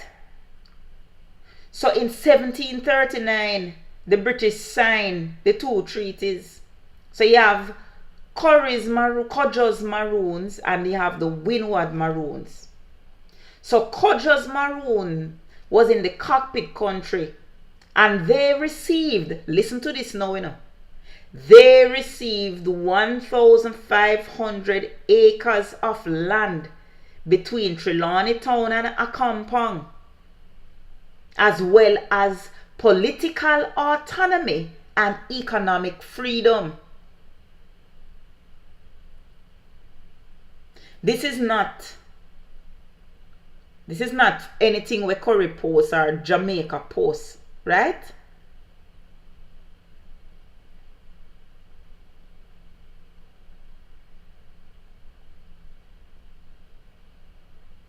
So the Maroons of the cockpit country were granted. So before Jamaica became a country,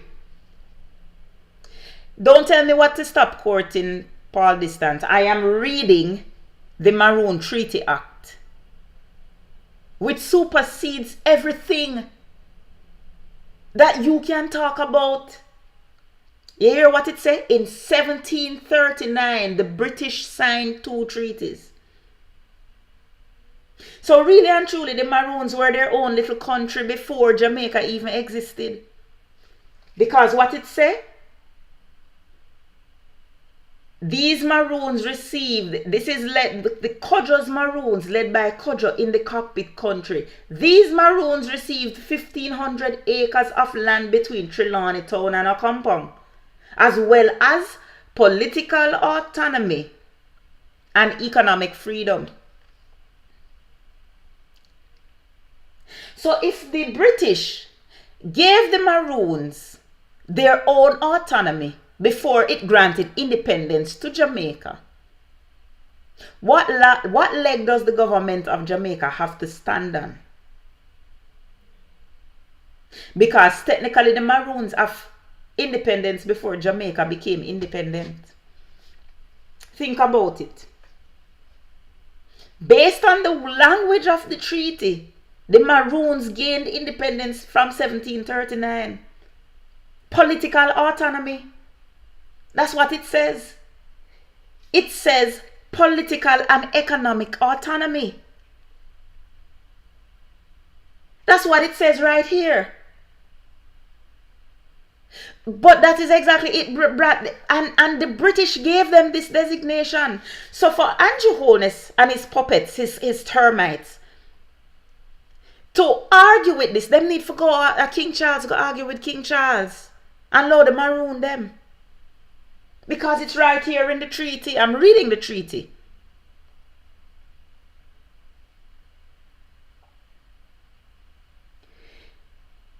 Political autonomy and economic freedom. Like the same thing they gave Jamaica in 1962. Exactly, Richard. Exactly, Richard James.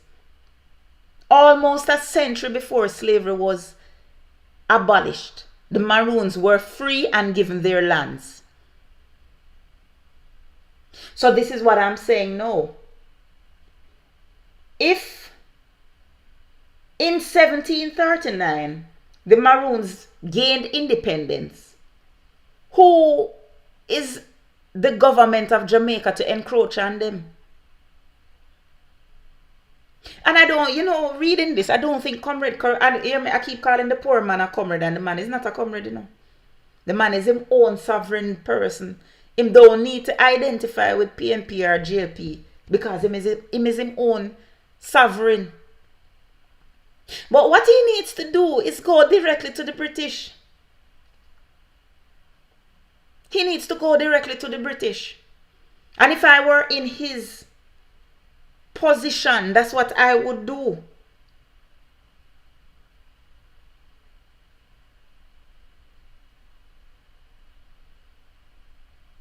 I'm going to post it right now. Somebody asked me to post the treaty. It long, It long. Let me find the area and post it. First, I'm going to read it in its exact wording and I'm going to post it. So you can see it for yourselves, because you know what I'm going to say, right? I don't like when people call me a liar. So I'm going to post it, Earl Brown. It is down low. It is, all right. I'm going to make a post it.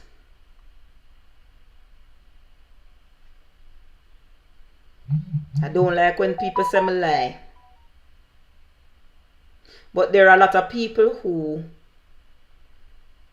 them don't like the truth, and Paul Distant is one of them. Because in their little heads, they think that they can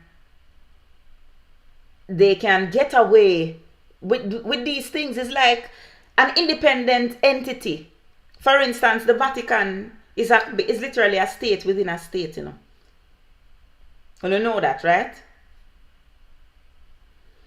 Because what I'm saying is, if we are colonized, quote unquote, by the British now, and I'm not saying whether I agree or not, but this is what it was. That's the treaty. I know you can't read it because it's fine. I'm going to read it out for you. But at least you would have seen it, and so I'm not telling no lie. I'm posting it to YouTube now.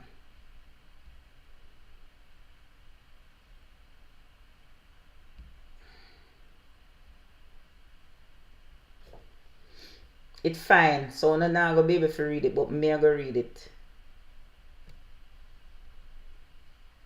See it there. I'm going to read it. So you have the exact wording.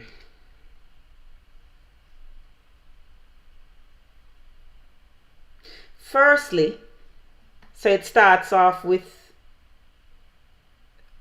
articles of pacification with the Maroons of Trelawney Town, concluded March the 1st, 1738.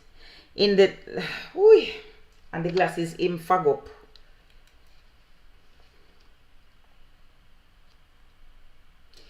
In the name of God, amen. Whereas Captain Kojo, captain of a compound, Captain Johnny, Captain Coffee, Captain Quaco, and several other Negroes, their dependents and adherents, have been in a state of war and hostility for several years past against our sovereign Lord the King and the inhabitants of this island. And whereas peace and friendship among mankind and the preventing of effusion of blood is agreeable to God, consonant to reason, and desired by every good man, and whereas his Majesty George II, King of Great Britain, France, and Ireland, and of Jamaica Lord, Defender of the Faith, and co. has by his letters patent, dated February the 24th, 1738, in the 12th year of his reign, granted full power and authority to John Guthrie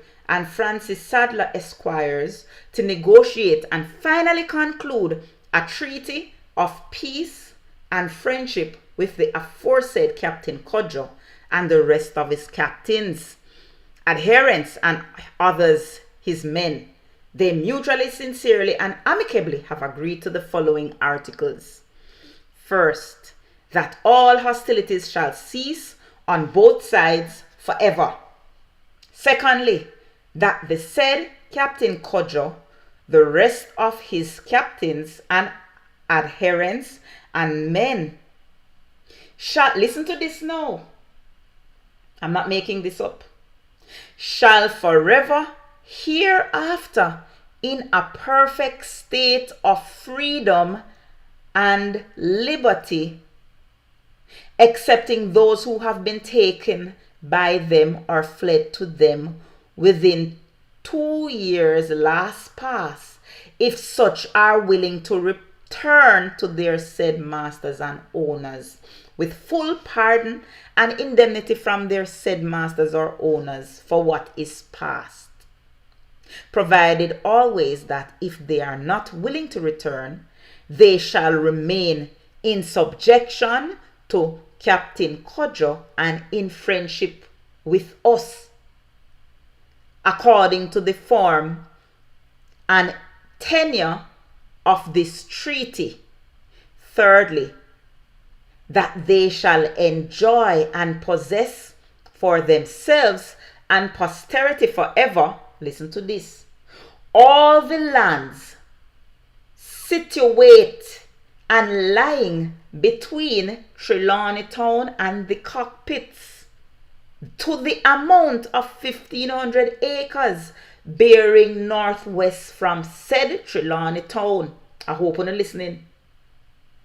Fourthly, they shall have liberty to plant the said lands with coffee, cocoa, ginger, tobacco, and cotton, and to breed cattle, hogs, goats, and any other flock, and dispose of the produce or increase of the said commodities to inhabitants of the island, provided always that they bring the said commodities to the market.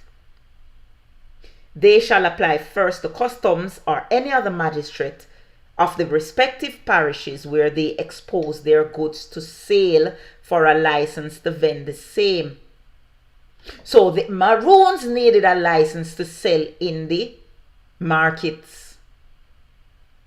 Fifthly, that Captain Kojo and all the captain's adherents and people now in subjection to him shall all live together within the bounds of Trelawney Town, and that they have liberty to hunt where they think fit, except for within 3 miles of any settlement, kraal or pen, provided always that in case the hunters of Captain Kojo and those of other settlements meet, then the hogs to be equally divided between both parties. I hope you're listening.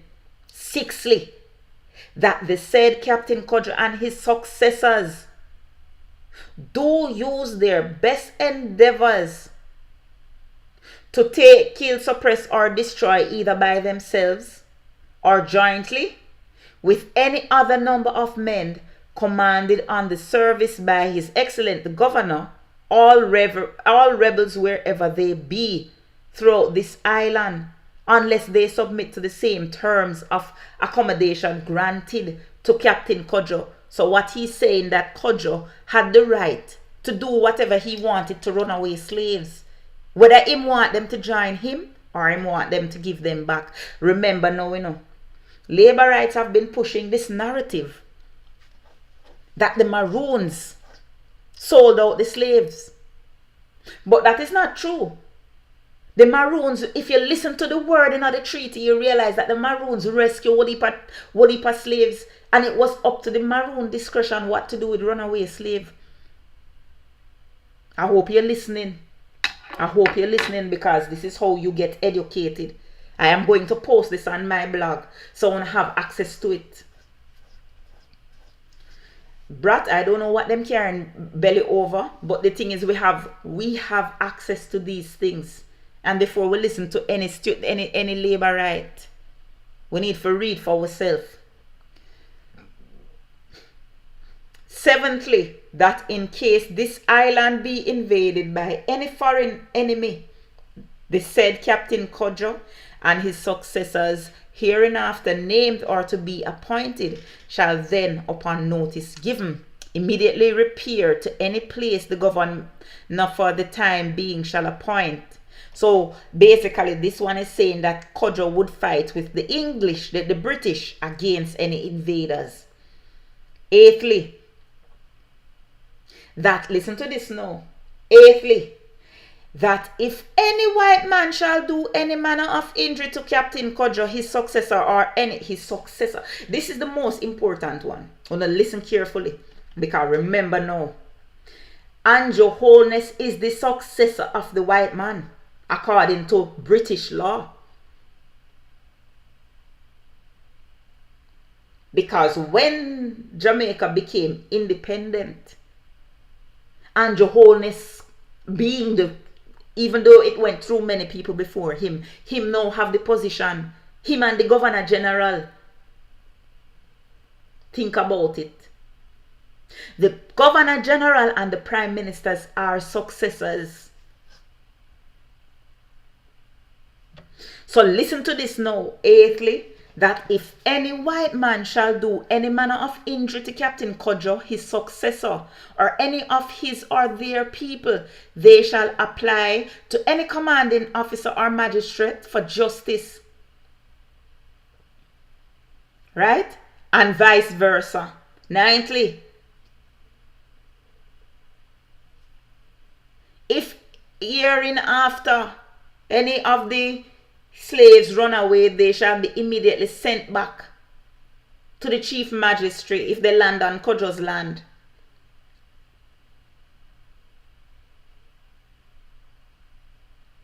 All right.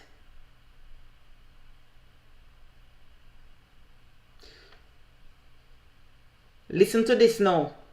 This is 12thly. That Captain Cudjoe during his life and the captain succeeding him shall have full power to inflict any punishment they think proper for crimes committed by their men among themselves. Right?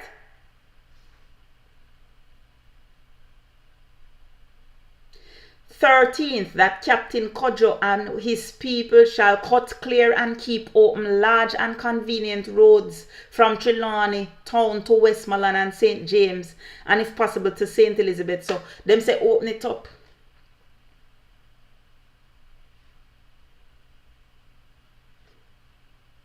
All right. So what this is saying, I need to turn down the AC that the place at. How the place at? So what this is saying is that the British gave the Maroons full autonomy. May I come there? The place at like fire. May I wonder, give me a minute. I soon come.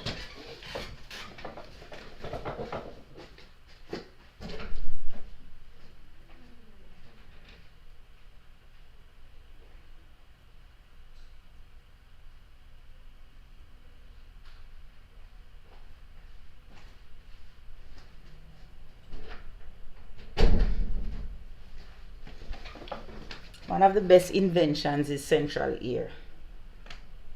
All right, here we go. Good evening, Carol. What's up? So, what I want to understand now, because we read the treaty, we go through the treaty, we read the treaty. What I want to understand is how is it now that this government, led by Andrew Holness, don't want to respect the treaty? That's the question I have to ask. Big up yourself in a Sharon Robinson. What's up, Chef Michael? How you do? So this is what I want to ask now, as I say. How is it that this is the treaty? Because you hear what the treaty say, right? You hear the lands demarcated by the treaty. From Trelawnny town to Accompong town, all the land surrounding it. So how is it that forestry, read all of the 6th to the 15th, I read all of them, you know. I stopped at 13thly. A matter of fact, I read the only one I never read is 14thly and 15thly.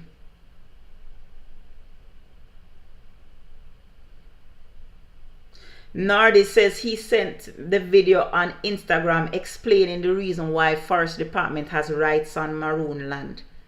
But Nardi, the only way they could have rights on Maroon land is if Maroon lands are Crown lands. And the Crown in 1739 gave this land to the Maroons. So it cannot be considered Crown lands based on the wording. I'm going to check the video. You say you send it to me.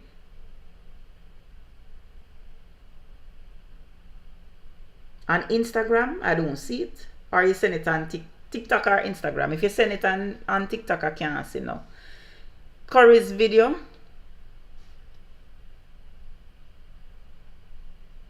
Let me check. What you sent me on? What medium you sent me on? You sent me through WhatsApp? Oh, you mean the video that I was playing a while ago?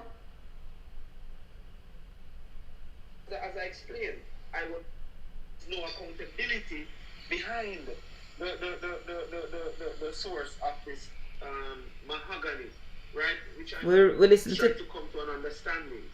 We're going to take the number off the truck. We're going to mark them, measure them, and have proper account.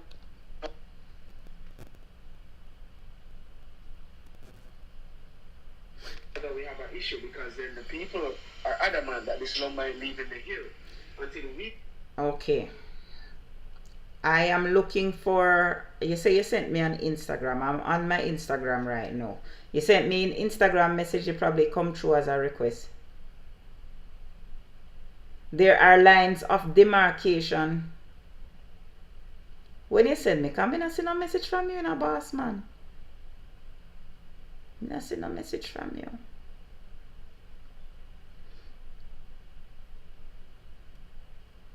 I don't see any message from you. I don't know when it. So Nardi is saying that there are lines of demarcation allowing forestry to have rights. I need Manchester girl sent it. When? Not today. You sent it on IG or you sent it on TikTok? Gold, oil, lumber, aluminum in the cockpit. Exactly. They want bauxite, everything.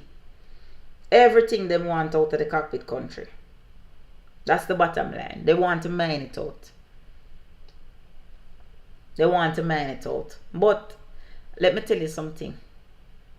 At the end of the day, justice must prevail.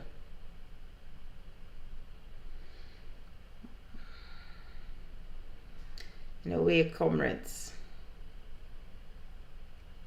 I tell them, I say we're only going 2 hours tonight, and we'll come to the 2 hours because we're not going to make me tired up my. Lord, me keep on touch the light. We're not going to make me tired up myself, you know. See, Mr. Man just messaged me time up. Time come.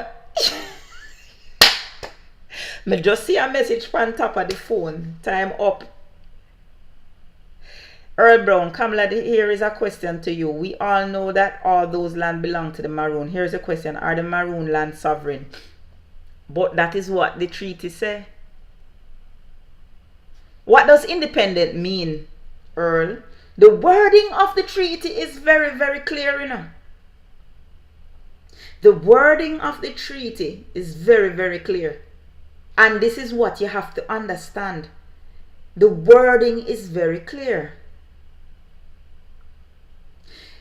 The treaty says, I saw that video.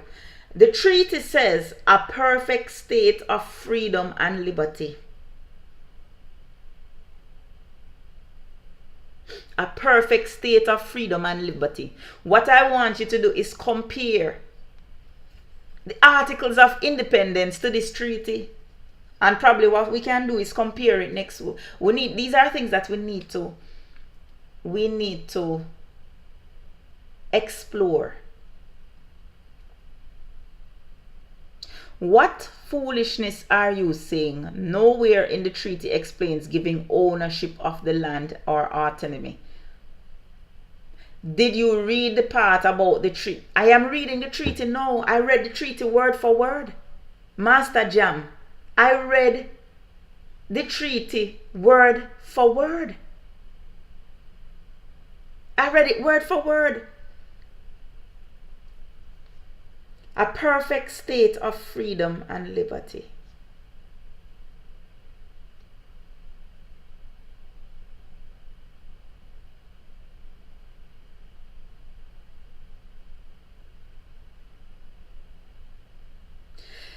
All right, so this is Harvard education, right? And they actually explain it. This is, and I'm going to read to you what they say.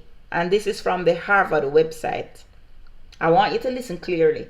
Earl Brown, Natalie, I want Earl Brown and Master Jam to listen carefully. Was this an agreement to grant them their freedom from slavery or from the king? The answer is clear from the following highlighted text on subjection. Mere citizens cannot have subjects. Thus, Scojo with subjects is something more than a mere freed citizen. He is the leader of a sovereign people. I am quoting from Harvard, the harvard.edu website that this comes from. If you look, you see it's this cyber.harvard.edu, right? So you see where it is highlighted.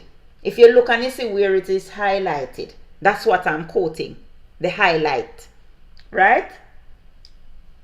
So what Harvard is saying is that it cannot be, you cannot expect that it is merely just, because it says Kodjo and his subjects. So from what Harvard is saying is that from it say him have subject them, it means that it's sovereign. Because me don't have a subject, have subjects, and you don't. If you're just free, we don't have, free people don't have subjects. The mere fact that you have subjects, that your people are subjected to you, it means that you are sovereign. I hope you understand, Master Jam and Earl Brown, because these are not my words, right? The wording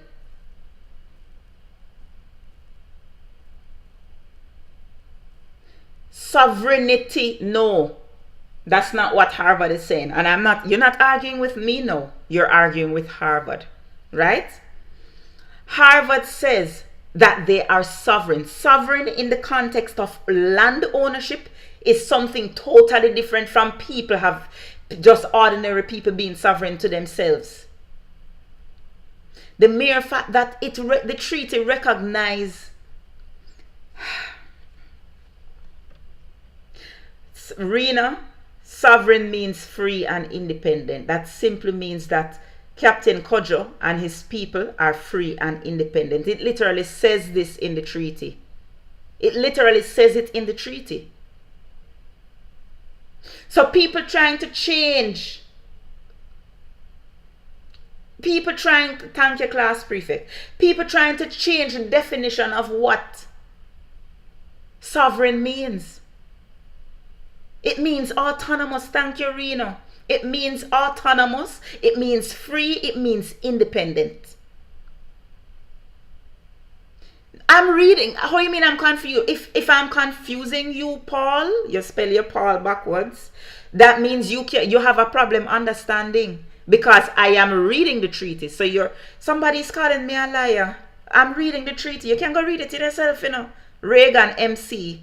We're reading the article now. We're reading it. So how you mean if I'm around, are you telling me that I can't read? Someone act like I don't have no sense. I am literally on the website reading the treaty word for word. Oh, it's misinformation. So Harvard, everybody is misinformation except for you, right, Reagan? Because you know everything. That shows you how dunce you are. What misinformation? You sound stupid. This is not a Jamaican publication. This is from Harvard. Harvard, who wrote on this, quoted the treat. Anne-Marie, it's like them brain can't even, them brain just stupid. So Harvard is saying, was this an agreement to grant them their freedom from slavery or from the king? The answer is clear from the following highlighted text on subjection. Mere citizens cannot have subjects. Thank you, moderator Randine. Thank you for muting the idiot. Because really and truly, these people, when them operate at such a low frequency, when them brain operate at such a low frequency, it really, I tell you, I can't stand stupid people. Stupid people annoy the hell out of me. Stupid people annoy the hell out of me. Imagine me, I read a publication, a peer-reviewed, you know, everything in Harvard is peer-reviewed. You probably don't even understand what peer review means. And I'm reading a Harvard publication.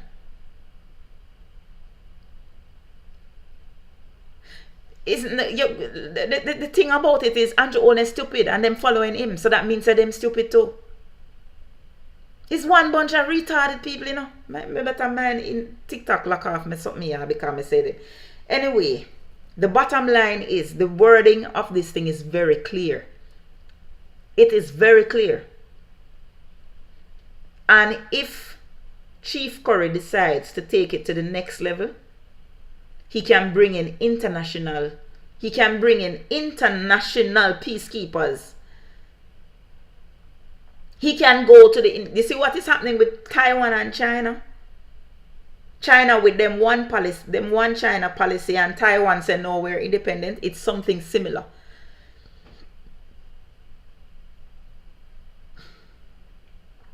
It's something similar. So he can do what Taiwan do and seek international assistance, you know, because the international court would have to rule on this. And according to Harvard Law Review, the wording is very clear that the Maroons are autonomous.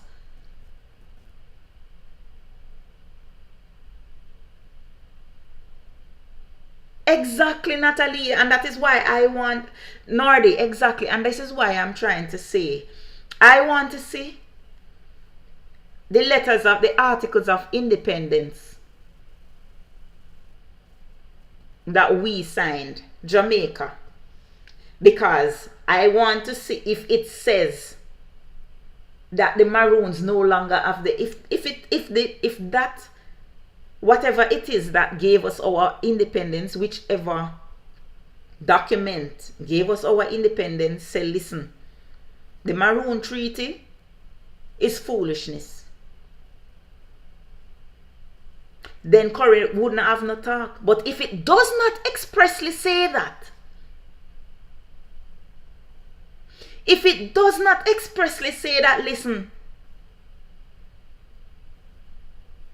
Jamaican government, you have authority over all of Jamaica, including Cockpit Country and Blue Mountain, because Blue Mountain is another maroon area that there's a treaty for, a separate treaty. It's two treaties were signed. One with the Windward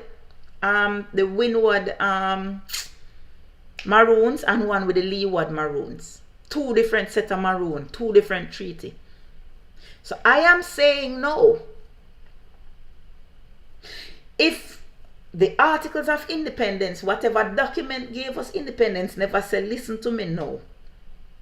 You see, Jamaica, the entire Jamaica, including the Cockpit Country and Blue Mountain, forget about the Maroons. Everything is one person now, unless it says that. Andrew Nav not talk, you know. Remember now, you know, these people lose every single court case. And this is why Chief Curry needs to take this to international court. This need to go internet. As a matter of fact, this need to go straight to Privy Council. It needs to go straight to the Privy Council. This is a perfect case for the Privy Council. The Privy Council needs to rule on this case. Exactly, Wiz. It not even supposed to go through no local jurisdiction. This supposed to just go straight to Privy Council.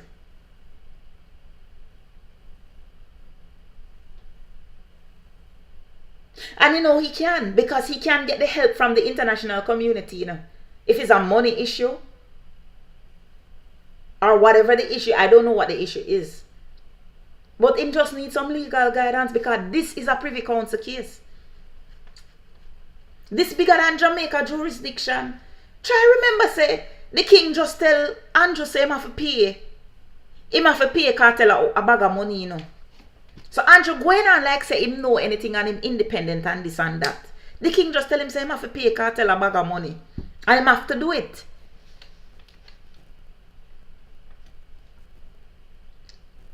So what will happen if Chief Richard Curry goes directly to the Privy Council?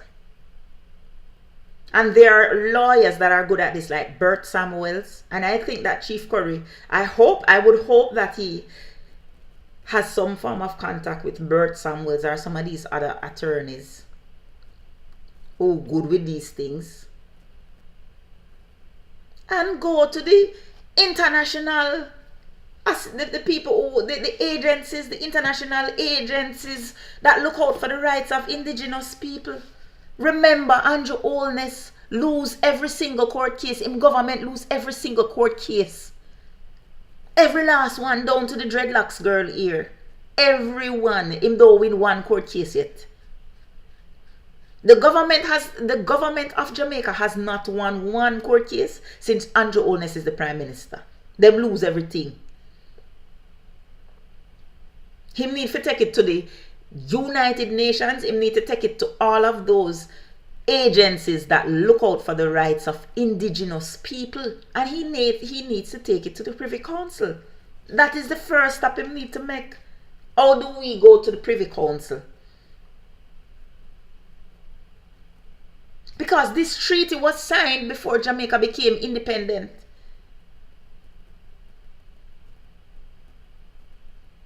And the law, where is, him need to call Isaac Buchanan, him need to call Bert Samuels, him need to call all of them. All of them.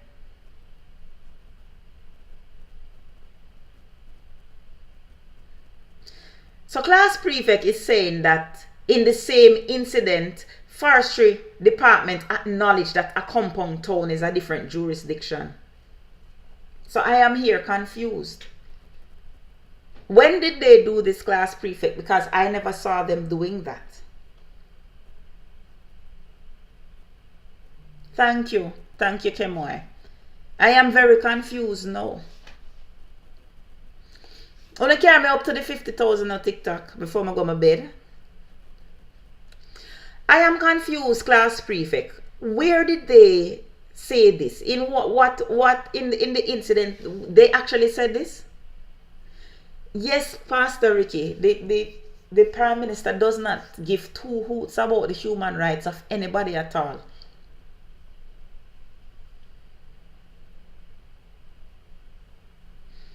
Well, Rena, it's time Jamaican people wake up.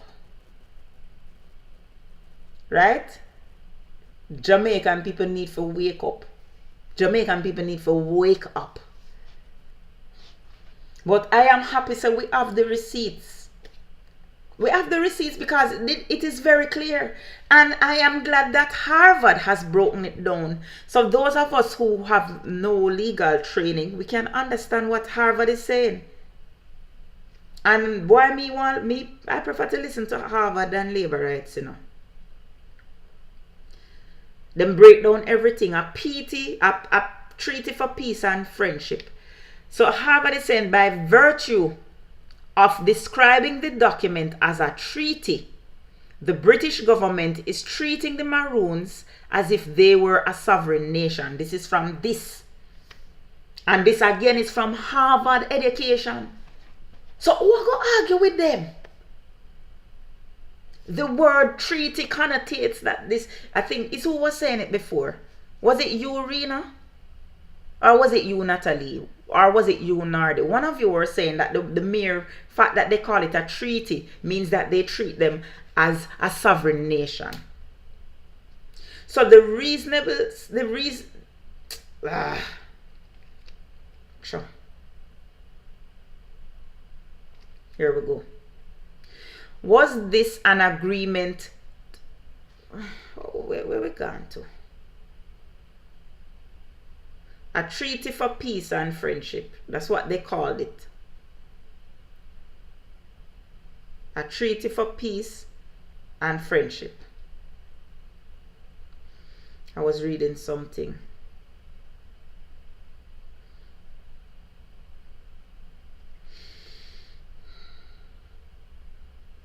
By virtue of describing the document as a treaty, the British government is treating the Maroons as if they were a sovereign nation, a large concession to revolting slaves, and one which must not have been easily won. The intention should be honored. This is reasonably simple. By virtue of describing the document as it's the same thing repeated. So what this document is saying is that the mere fact that them say is a treaty, it means that Master Jam, the Maroons have been recognized. In case you see, you don't even know what you're talking about. The Maroons have been recognized by the United Nations, UNESCO, whatever them some stand for, as indigenous people. And I'm going to read it for you. Because you look like you making up your own. It's not what you want or what you think, It's what is written in law.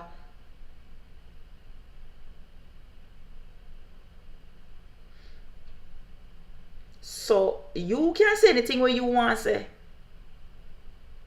United, wait there. United, let me find it. By, go find it. UNESCO Maroon Heritage.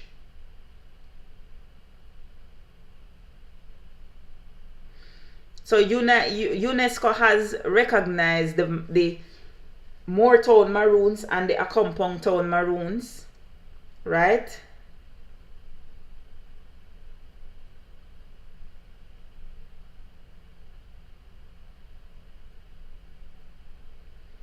Let me try find them actual document.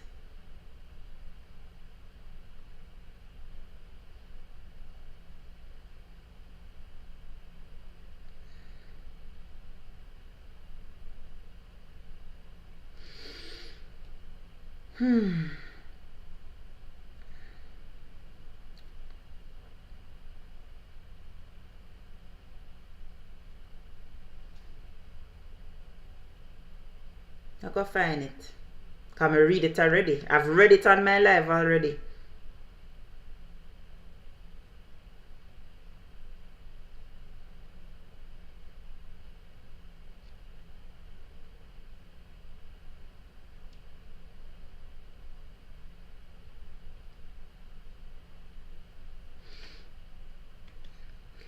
Maroons of Jamaica and their rights as indigenous people. See the article here.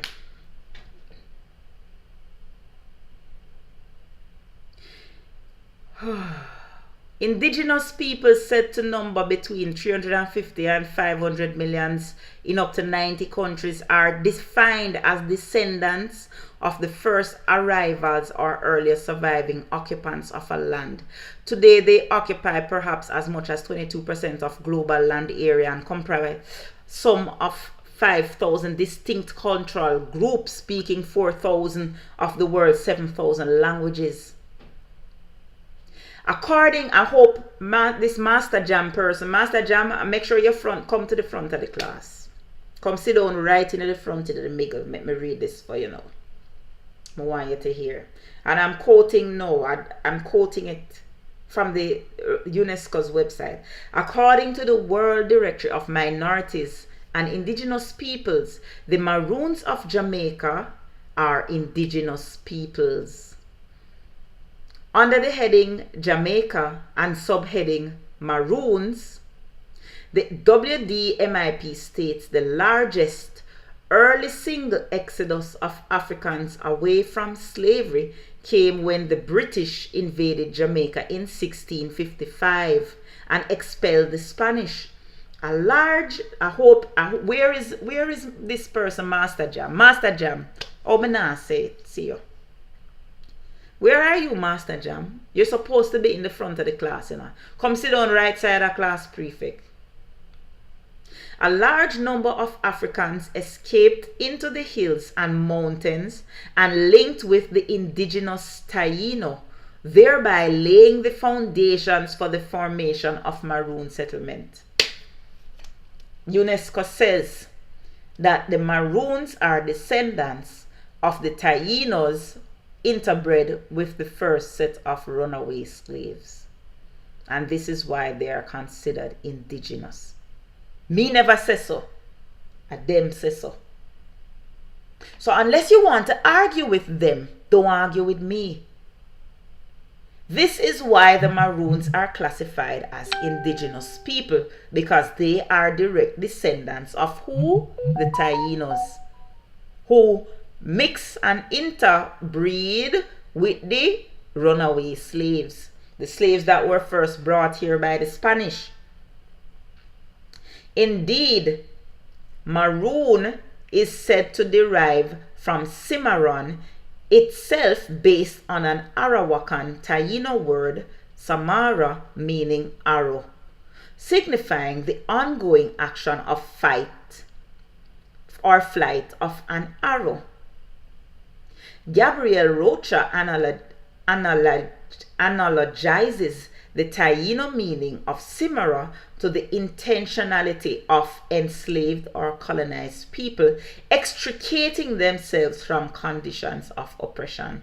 The Black Ladinos and African Bozales, who labored alongside the Taino in Spanish mines and on sugar plantations and collaborated with them, seem to have adopted this understanding of the term Cimarron, engendering a tradition of marronage. The Wolofs, as early as 1522, destroyed Diego Colon's sugar plantation and eventually joined forces with Tainos, led by the cacique Enriquillo, to send a signal that conquest would be opposed. Them have the whole history line out, you know. Thank you, Wiz. Thank you. I appreciate it.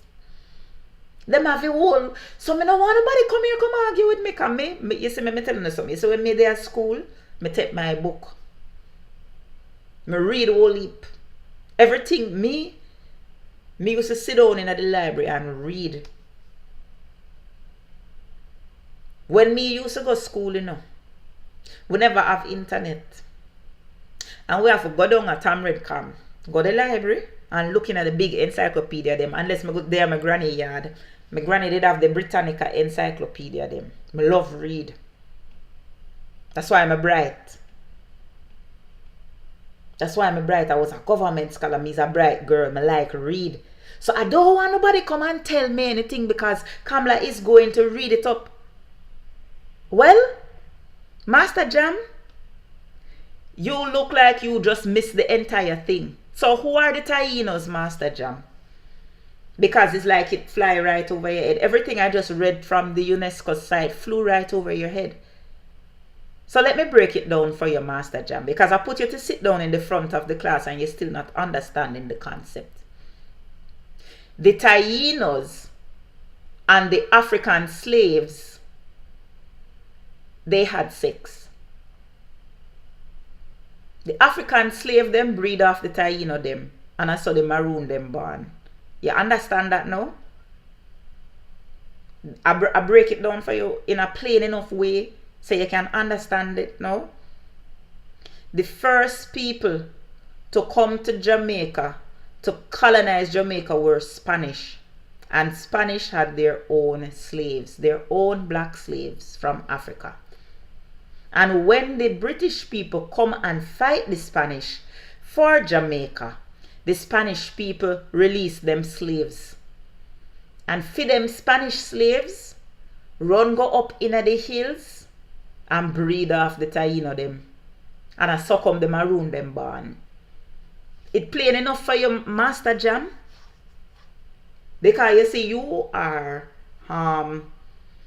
when you go to school and you're in third form and you're reading your history book in third form, where the white people them print, them tell you so the Tainos, well them used to call them the Arawaks, were the Arawaks and the, what them call the other set? What them say was cannibal?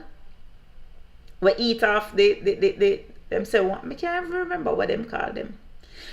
Your book teacher said those people were extinct, right? But they are not extinct. They're still alive. The Caribs, thank you, Mac. The Caribs, them say the Carib them was cannibal. So we learn in school, you know.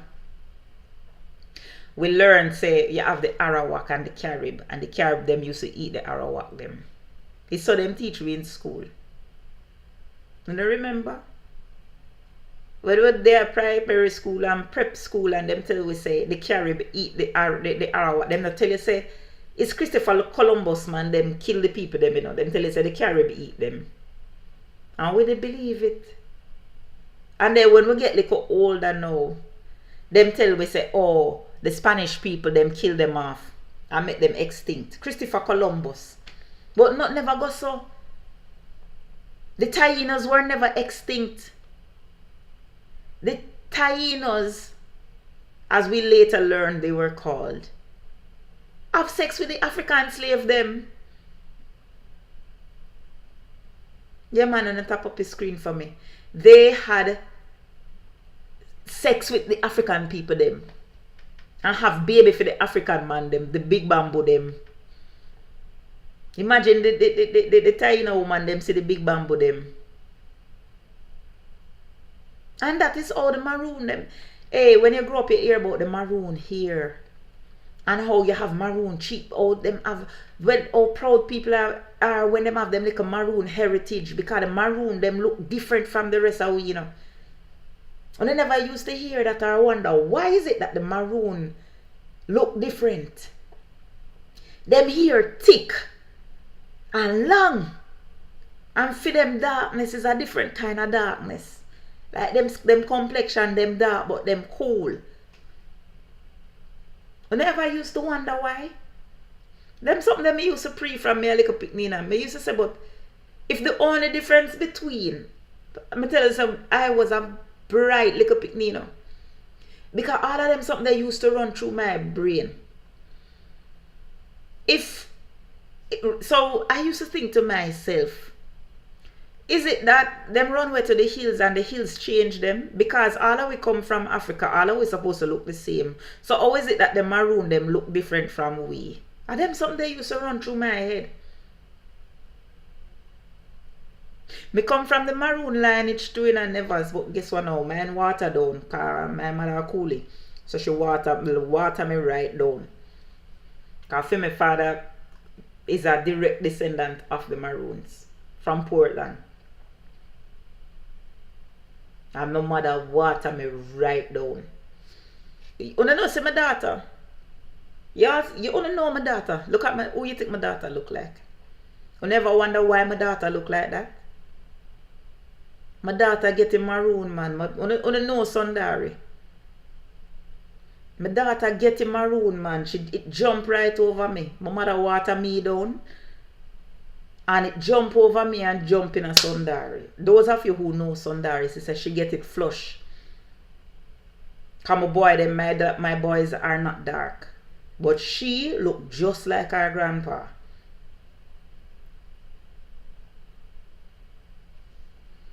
Look just like his grandfather. Let me see if, for those of you who don't know her.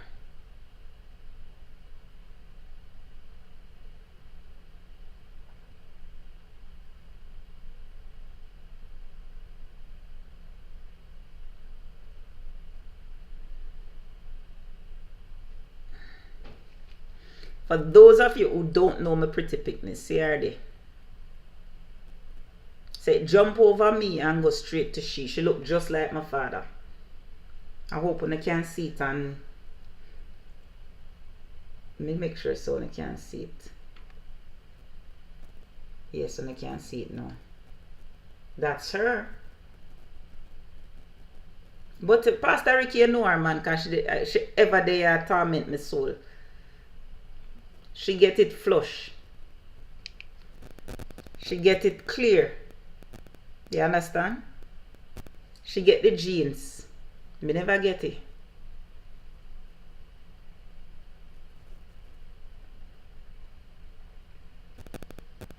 That's her. She have the complexion, the nose, the hair, everything. And my father, my daddy is, when you see me post the picture with my father is a maroon.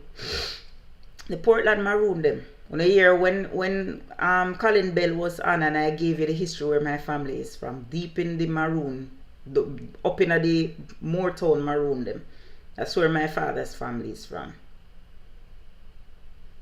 You understand?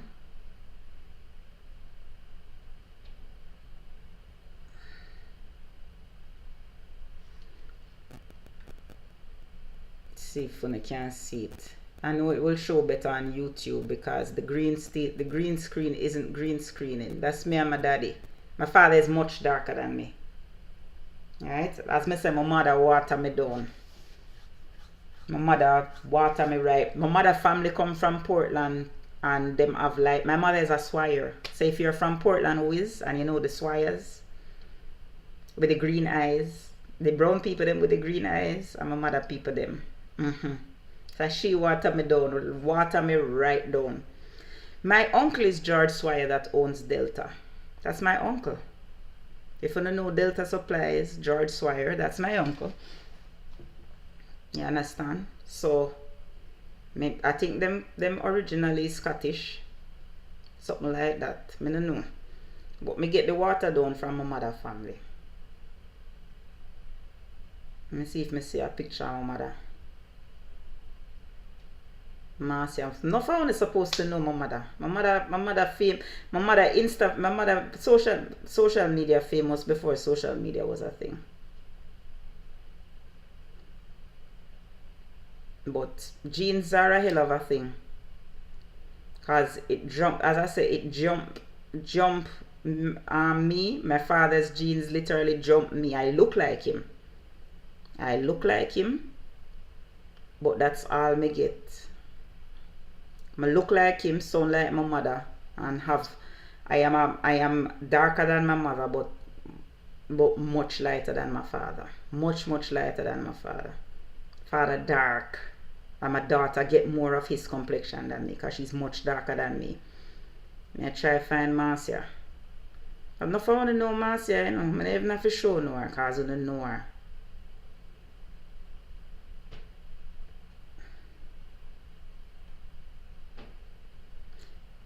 Her sister, she all knows, so me can't show. She not like when me show people when her age pictures. She prefer when I show people what she looked like when she was younger. But see, she read. Those of you who don't know her, she read. So yeah, man, I don't even know if it's the maroon give me the fighting spirit, you know, because I get it from both sides, because my mother is very, very vocal. Wanna reach the 50,000 now? Thank you very much. Thank you very much. Thank you. I appreciate it. But me I go my bed now, because I'm telling you me I come off. Me telling you me I come off from 9:30, and you see the time now is after 10, so me I go my bed. I have to get my sleep. Right? Remember now, you're not going to see me again till next week, Wednesday. So therefore, I want you all to have a safe, a meaningful, and a reflective Emancipendence celebration. Ashe.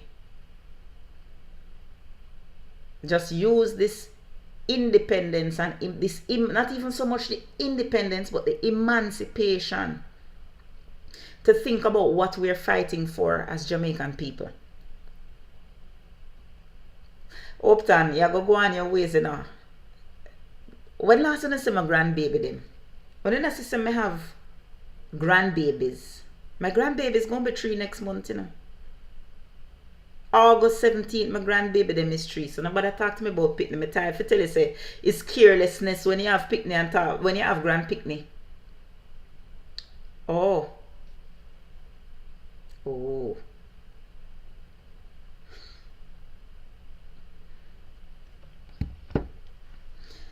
Yeah, man. So let me play the trumpet now. I could play the trumpet, and remember, as I said, just be good for the holidays. I wonder how long it will take you to go sick. So you come here to wish that on me. You got dead before me here. I'm telling you something. Because I'm a very blessed individual. And all I wanna we come here and wish wickedness. I wanna go and see it first. You see how them stay? I wanna see how them stay. Dunce. Stupid.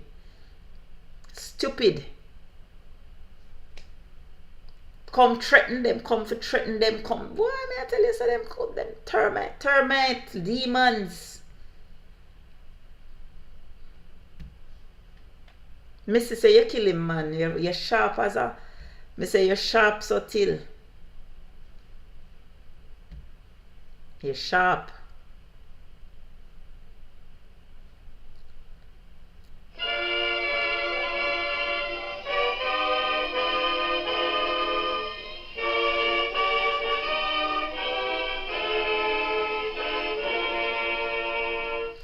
The Trumpet sounded, my countrymen all, so awake from your slumber and answer the call.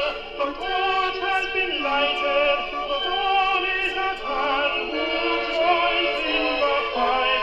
All is home native land. Land of my birth, I pledge to thee, loyal and faithful to thee. Good night, comrades. Be safe. So remember, it's gonna be next week Wednesday. Alright? Next week Wednesday. So see you then. Have yourself a blessed and holy holiday season. Don't bother party too much. Thank you, W. Thank you, Wish. Thank you very much. No bother party too much. Alright? Big up on yourself.